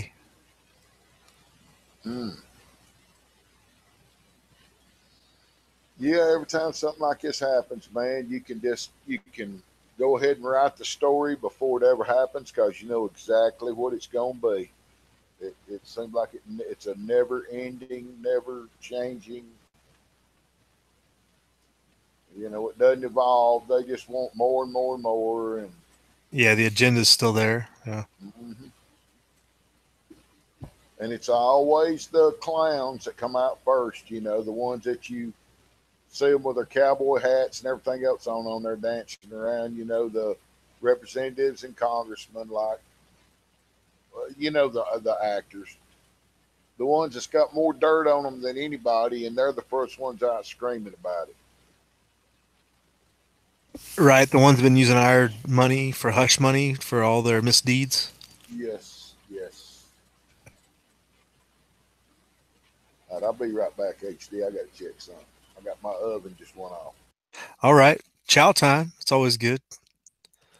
Hopefully it's chow, not some other reason. Hey, thanks for coming out in the side chat. We still got Bikes and Bullets and Fuzz Fork, but it's filling up the side chat. Somebody else bump in there, get them out of the, get a word in edgewise.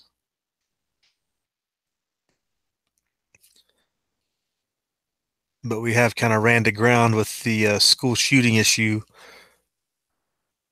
gun rights, and everything else wrapped around that issue, and kind of just wanted to really get people thinking about what can be done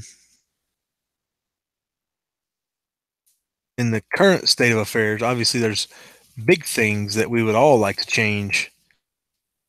But if you're sending your kids to school, for example, what can you really do to prevent them from being victims? And we talked about Tack Daddy's, what he's trained his kids to do, obviously, being a key thing, that if you or you know anybody that has kids in the system, that would be critical to educate them in a similar fashion.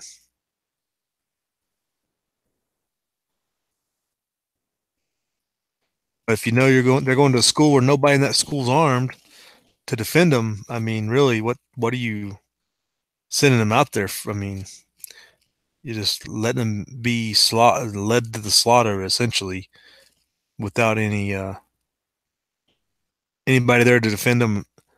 And other than that, the only thing that we talked about is they can run, flee the scene as much as possible.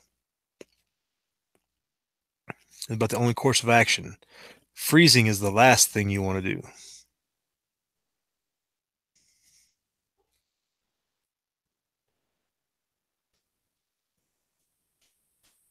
Hopefully Saints' house didn't burn down with his stove situation. Anybody else in the side chat got anything else they want to bring up? Don't let bikes and Mall Ninja, you talking about the school shooting as a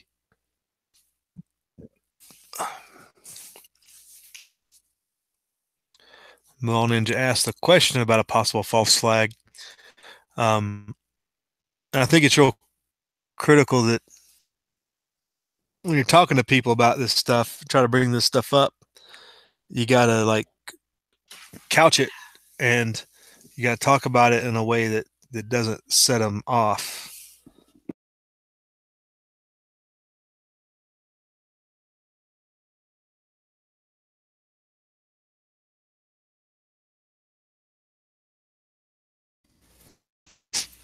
Yeah, that's good advice. Fort Fuzz says never give up, never surrender on both counts, not only at the schools, but for us as well. Never give up, never surrender. Jay Sparks talks about the Middle East situation. There's all kinds of misdeeds going on out there, and we talked about it last Friday on the morning chat about Netanyahu being indicted, or the police recommending an indictment, and the politics behind all of that, about how that goes down.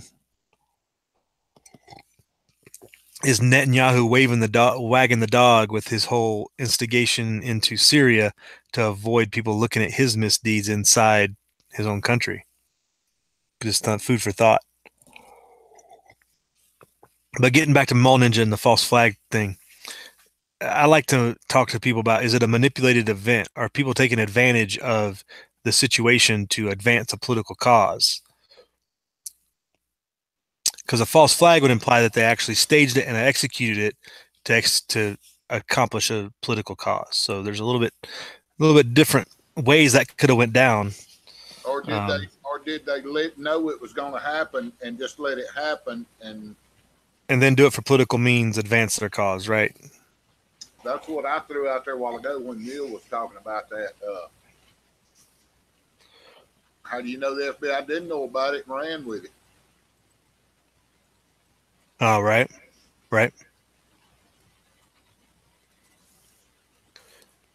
There's a lot of anti-Trump. There's a lot of anti-Trump people in the FBI. And it's real important when you're talking about those things that you can't live so much in absolutes. You just have to let people know that you can't accept the official story. That's if there's one thing we could agree on, just like the 9/11 situation, the official story is bunk. Get your head wrapped around that and then move on past that. We'll figure out the truth of the after fact if we ever do find it out. But we just got to understand the current story is definitely not the truth. Just like Vegas, the acknowledging that's not truth is the first step. Man, if they came out and told the truth about Vegas today, nobody'd believe it because it's been so much crap and misinformation and mixed stories, and I don't think they'd believe the truth if they came out and told it today. Right, because it would be too bizarre.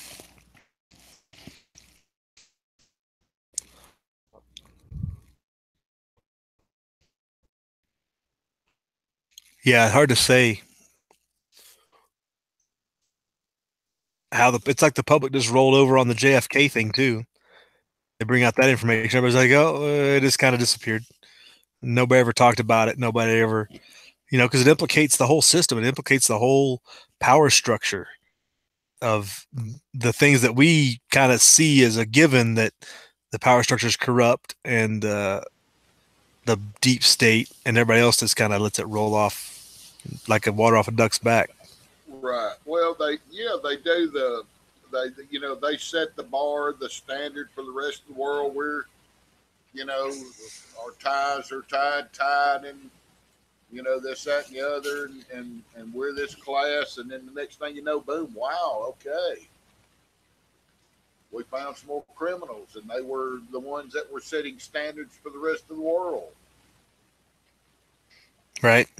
Everybody was looking up to them to do the right thing, and nothing could be further from the truth. So what you do now, you know, wow, man.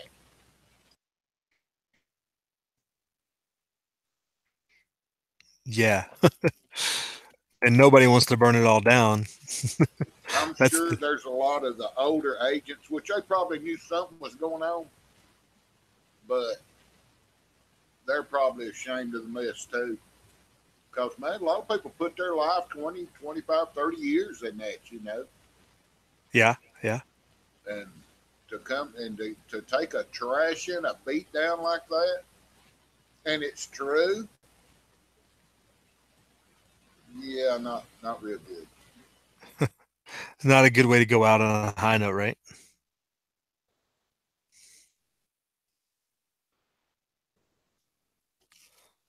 Not how most of us want to end our career in any profession.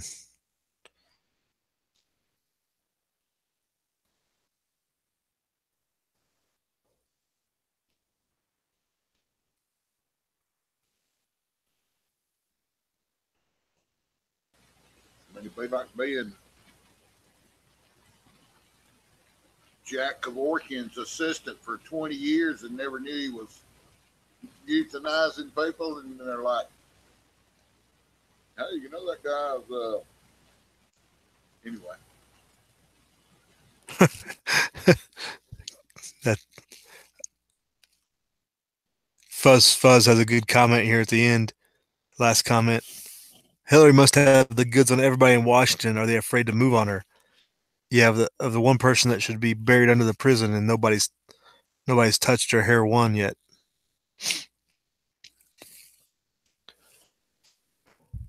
Somebody's afraid of her. You got to figure. And that whole cabal, you know, as it is.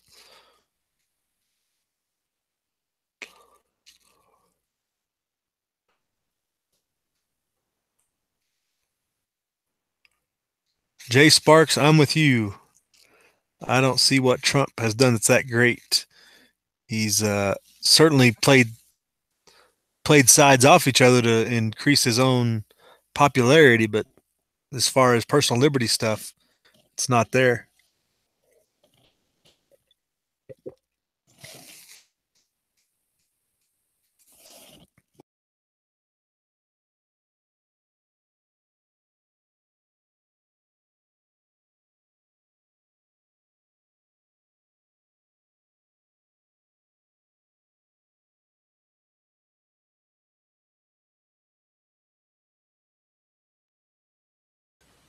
Well, if he rolls on all of his NRA voters, they may abandon him.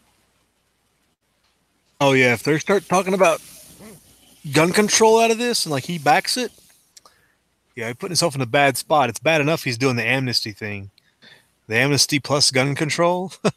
Yeah, he played on the Second Amendment crowd too. You know, he threw that out in a couple of his speeches about, well, we've got some Second Amendment people here that probably have something to say about that, blah blah blah. So he raked them over to his pile, you know.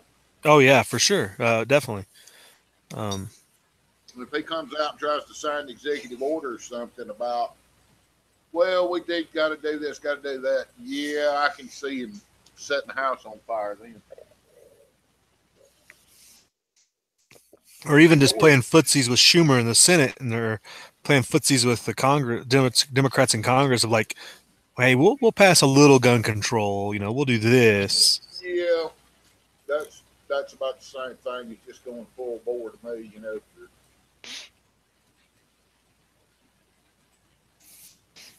Yeah, that would be bad. A lot of people would check out on him then, I think, if that happened. The thing is, if you check out on him, where do you go? That's the big sticking point. Wow, yeah. And the only answer is to burn it down. Nobody wants that answer. you know. There is not a good answer once you realize they're all in it against you together.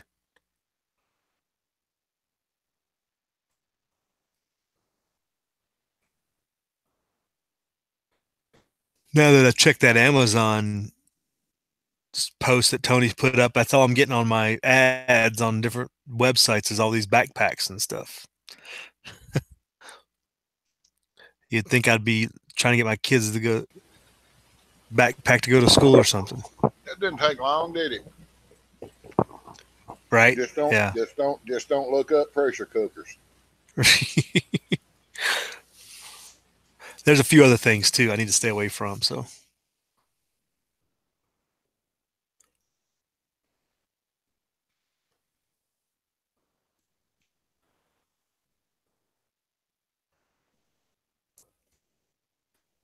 all right, I think Mule's gonna check out on us. I don't think he's coming back. His daughter walked in there for a minute. You saw her and disappeared again.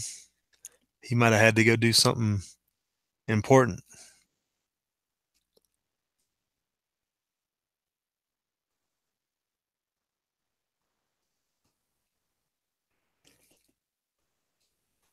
So nobody in the side chat knows what this Save CMAX deal is. I've seen a couple of the posts. Just he's got cancer or whatnot, but nothing much more than that.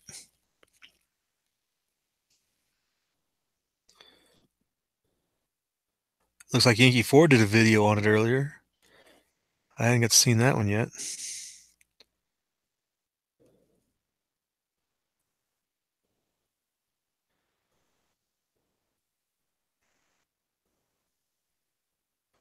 Everybody's doing videos.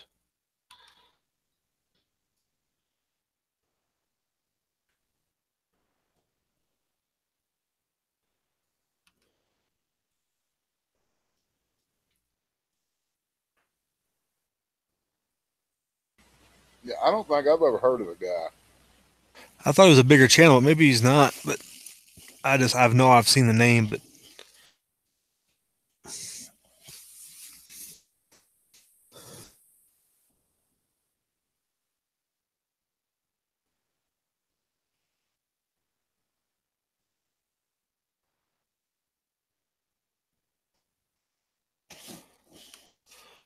yeah, a bunch of channels are getting together to do an auction to raise money, I guess. Kind of a cool thing. One of those few things, one of those good things about YouTube.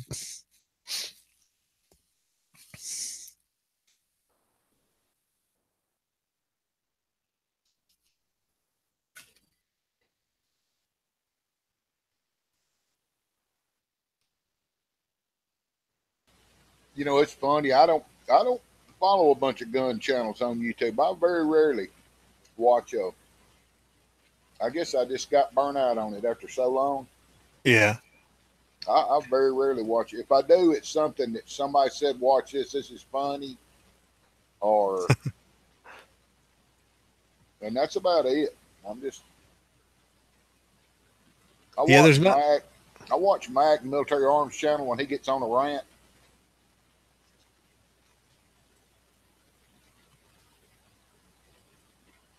Yeah, here's just share this. Yeah, let's share this and we'll sign out, Saints, and we'll call it a night, I think. We're about talked out. Or maybe I am, you're not. So they're doing a raffle for this firearm. It's over on Coda Boy 32's channel. You know, he hangs out with Rich 1911 and some other fellows over there. But I'll put this link in the side chat. They're doing an auction to help raise money for this fella, so it's something to go check out if you're interested. Might be worth your time. But Saints, let's check out of here and go have a good night. What do you think? Will do. Sounds good. You got any shout outs you want to do or anything?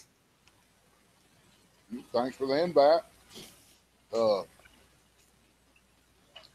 Thanks everybody out there for coming and listening to the nonsense. Maybe I added to the conversation, didn't detract from it. So there's Mule back. What did I miss? Sorry, lots of loud kids trying to get everything settled. President's Day tomorrow, isn't it lovely? No school. Wow, happy joy. We saw your daughter come in and look at the camera, and then she walked out. That's about it. Yeah, she had to grab some baby Anvisol for my grandson. He's getting his second tooth. Just broke through. You know. Ooh, man, rough time for a young calf. You know. Right. Now we're getting ready to sign off and doing shout outs, so we're gonna wrap it up. So what did I miss real quick? Can you do a quick wrap up, or is it too late for that? I'm stuck. I'm trying to remember when you left. Did you see the backpacks? We talked about backpacks for a while. Right around there. That's the time I left. I brought it up because Tony has a lot younger kids than I do. Yeah. Right. I have one kid left in school. Now, I may be buying those things for grandkids, so I did want to get back into the conversation, but other things called. So. Yeah, we kind of talked about just. You know what? I'll just watch it later. I'll just watch it later. Add to the view count. I'm just trying to remember. I'm like, oh goodness, we just kind of talked about, there is really no hope unless you, you can't. There's not a way to put kids like this in check anymore. There's not societal ways to put them in check that hurts somebody's feelings. But this is the fucked up thing: is the pendulum will swing, right? Now, at one point, it was a Christian Reformation and all this kind of shit, freedom across America, blah, blah, blah. The thing that scares the shit out of me is, ISIS may not be around, but the fucking same people that thought that played in that field are out there trying to come here as refugees. And you think that with the moral decay here in America, that something is going to come in eventually to clean shit up and be so brutal it's not going to be funny, and it's not going to be some fucking white knight with a cross in his fucking chest going, follow Christianity. No, it's going to be something else. And it seems to me the only one that's swinging a sword in the name of religion these days are the fucking the Muslims. Right. Yeah.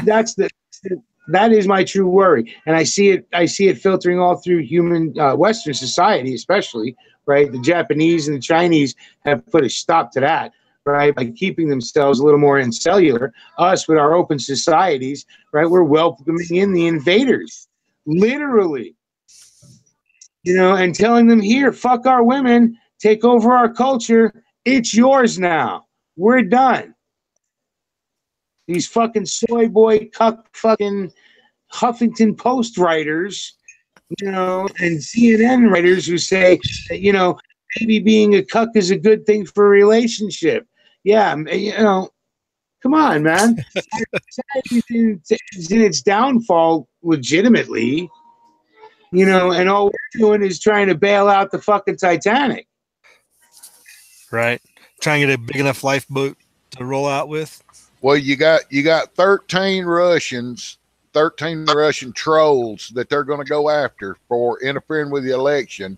If they're going to go after 13 Russian trolls for interfering with the election, they need to arrest the bus drivers that drove the illegals from voting spot to voting spot and state to state, because they interfered with an election also. And whoever bought the gas and whoever bought them lunch and their meals to go with them. Yes, sir. Yes, sir. Those illegal voters, they didn't influence anything. It's those 13 fucking Russian trolls. 13 trolls that influenced the election. It's not the 13 million fucking illegal aliens in this country that might have tried to influence the election. Yeah. Right? Houston, we have a problem. Right. Well, our society has a problem. All of Western culture has a problem. Like I said, we're welcoming in our invaders. Not here yet, not here in America yet. And by the fact of us being on a continent away from the rest of Western civilization, and that we are strong enough to really, if we wanted to, take over our fucking neighbors pretty easily, right? that we don't have as much of a worry as, say, those in Europe, to where they don't have to cross an ocean to get to them. They only have to cross landmass, right, to get from the Middle East. They just got to do a lot of fucking walking if they want to cross from the Middle East to anywhere in Europe. Easier by water, but does not necessary, right? Go up through fucking Turkey, through the stands, you know, you're there. Yep. Right? And this soft invasion is going to get hard. I mean, they already are hard. They talk about there's no such thing as no-go zones in Europe. Bullshit. This part of Paris, don't be white and walk there, and sure as hell don't wear a yarmulke and walk anywhere near it, right? Same with fucking London stand, right? Because what at one time was London Manian or whatever the fuck it was under the Romans, and London under the English, it's going to be London stand by the end of the century.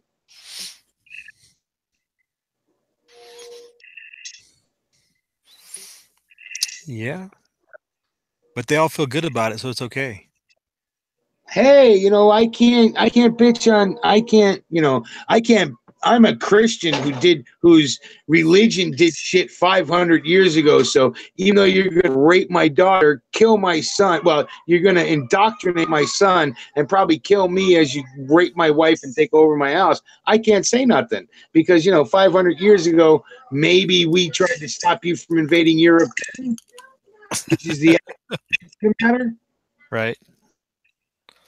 Yeah, I wish it'd be good to know who our actual relatives were back then. We might have a little more skin in the game when it comes to things like that, like actually knowing what our relatives had to go through and a lot of that stuff. Don't you know, supposedly the Brits were black, right? They can show through DNA that the original Brits had blue eyes, blonde hair, but were black as fucking coal. Fuck you. They're so trying to wipe out the white race. And you know who's worried about it? The fucking Orientals. Sorry to put them as a general thing, but the far Eastern Orientals, not the Middle Orientals, they're worried as fuck. That's why even in this country, the top 1%, the top 1 producers are all Oriental, right? Chinese, Japanese, Korean descent, Vietnamese descent, right? You go look in top tier in schools and all that shit. But who are they hooked up with?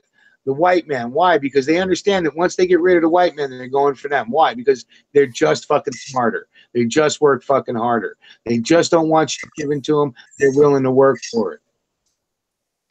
Yeah. And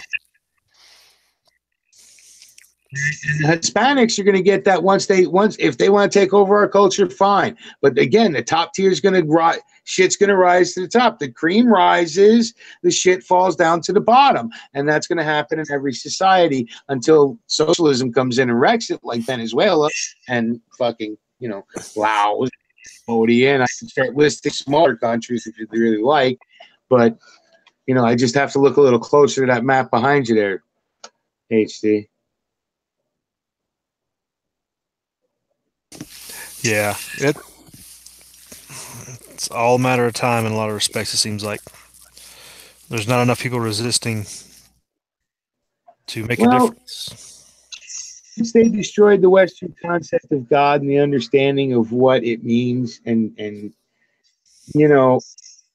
we lost our moral center and tried to replace it with all these feelings.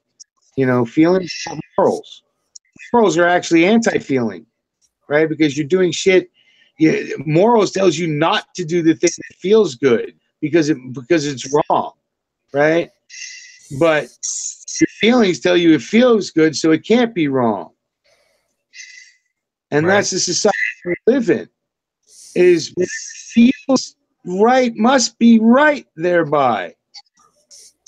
Yeah, we have a discussion about relativism and about the lack of empathy shown for others and how everything's becomes not only self-centered, but the respect for life has been diminished, reflected in the Florida situation as well. Yeah. And you know what? You're not going to be able to do anything about it. All we can do is what we've been doing, and the smart ones are doing, others are talking, right? But you just prepare for when it goes to shit. You're homesteading, So you're preparing for when it goes to shit. Saints he's preparing for when it goes to shit.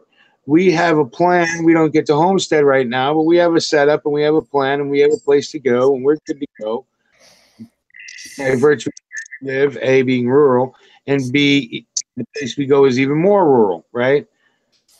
On the end of the lonely road, nobody really notices they're driving by on a fucking another back road that's 5 miles from the nearest fucking road. You know, and the only thing close by is power lines and windmills. So, and fucking turning goddamn cattle, right? But that makes for a good place. Yeah. So that's all we can do is just prepare because it may not go to shit tomorrow. It may not go to shit next week. It may not go to shit fucking 10 years from now, but it's going to go to shit sometime. And you already see the culture dissolving in fucking Europe to where what used to be considered Eastern Bloc Europe is going, fuck no, we may have joined NATO, but that doesn't mean that's a sentence the other way. You know? Right. Oh, Poland, you got to let in these migrants. Fuck you. Right? Slovakia, you got to let in these migrants. What are you, hot? Don't you know how many generations of fucking people we had fighting Muslims crossing over to Caucasus? Fuck you. You ever heard of Vlad the Impaler that impaled fucking thousands of fucking Muslims, Turkish Muslims, right, on fucking sticks for all across Romania? Why? You think that people soft walk in here? Fuck you. Oh, yeah, but everybody looks at them like they're crazy. Of course, they're racist, narcissistic, masochistic, whatever the fuck cystic they want to talk about. Because they're all fucking weak people who think they have this genetic guilt. You know? Yeah, well, yeah, of course. I never owned a fucking slave, so I could give two shits what happened in 1851. Fuck you. I don't care. And that's what helps me against all these anti-gunners and all these other people, because I can use logic in a fight, and then I can also use feelings because I don't care about yours. And if you don't care about mine, that's fine. I would prefer it that way. You shouldn't know what my feelings are anyway, if I have any. My feelings are generally fuck you. I don't give a fuck. So if you don't agree with me, that's cool. If we're friends before I say fuck you, we're going to be friends after I say fuck you. If we're not friends, then fuck you. And I probably never have to say fuck you again.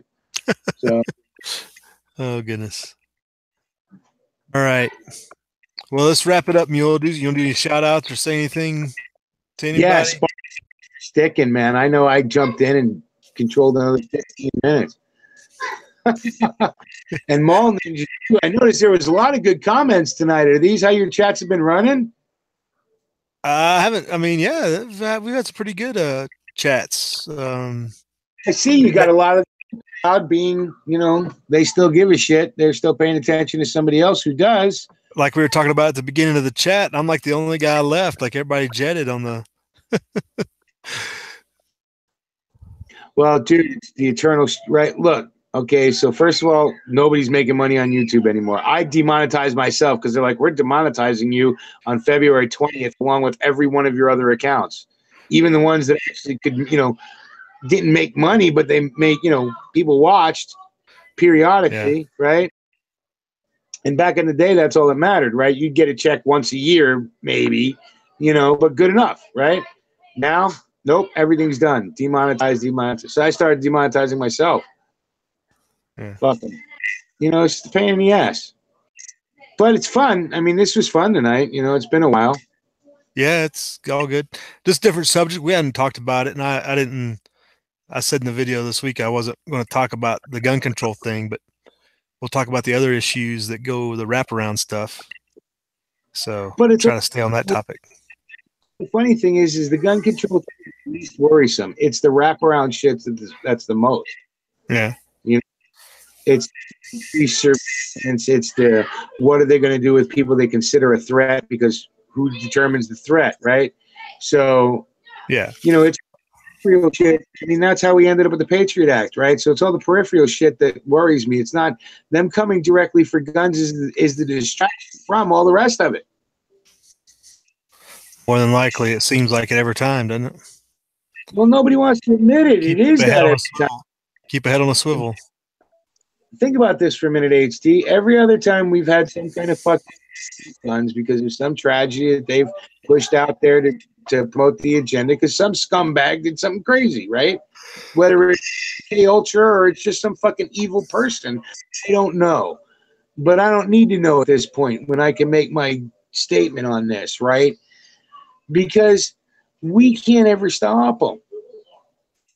Ever. You're never going to stop everybody. Look at that guy in fucking Naples that drove a truck into a crowd of people and killed 27 with a a Penske truck. Yeah. There's always some method, and Saints brought that up earlier, talking about there's always a different mode and different way to hurt innocent people. It doesn't matter, even if it's not intentional. But it's the afterwards, right? So now in New York, it's going to be harder to rent a truck, even in Jersey, right? And to bring a fucking rental into New York City, Manhattan, the island of, which it's an island, so there's only certain ways on. Tunnels, bridges, that's it. No land connection, right? So now those things are going to be like going through an airport. They're basically going to, check up your tailpipe. Basically, not only you, the driver, but probably you, the vehicle, which did for a long time back after the first time they bombed the World Trade Center in '93. Oh, yeah. Huh. Yeah. Always an incrementalism in a lot of respects every time, it seems like. Yeah. Well, now every YouTube video is going to have to go through an extra screening, right? Because somehow this guy was saying shit on a YouTube video about it, and he got ratted out by some YouTuber, right? But nobody did, but the people that were supposed to do something about it didn't, but it's our fault.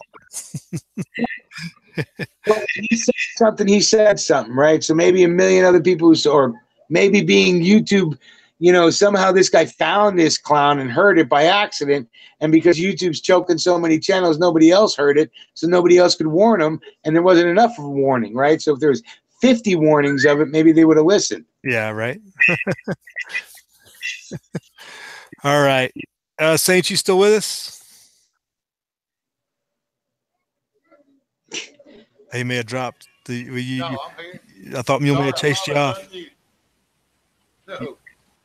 You want to sign out, Saints? Give us a last parting shot. Don't stop prepping. Don't shoot your beans up. Don't ape up all your preps. It ain't over. Doesn't seem like it's over. All right. Have a good night, folks. Thanks for coming out. Thanks for participating. Everybody in the chat, side chat. Thanks for the comments. Thanks for the panel. It was awesome. Remember, we got a morning chat if you want to come in and have some coffee with us. 0630. That's 6:30 on Pacific Standard Time if you don't habla 0630. But y'all have a good one. Live free.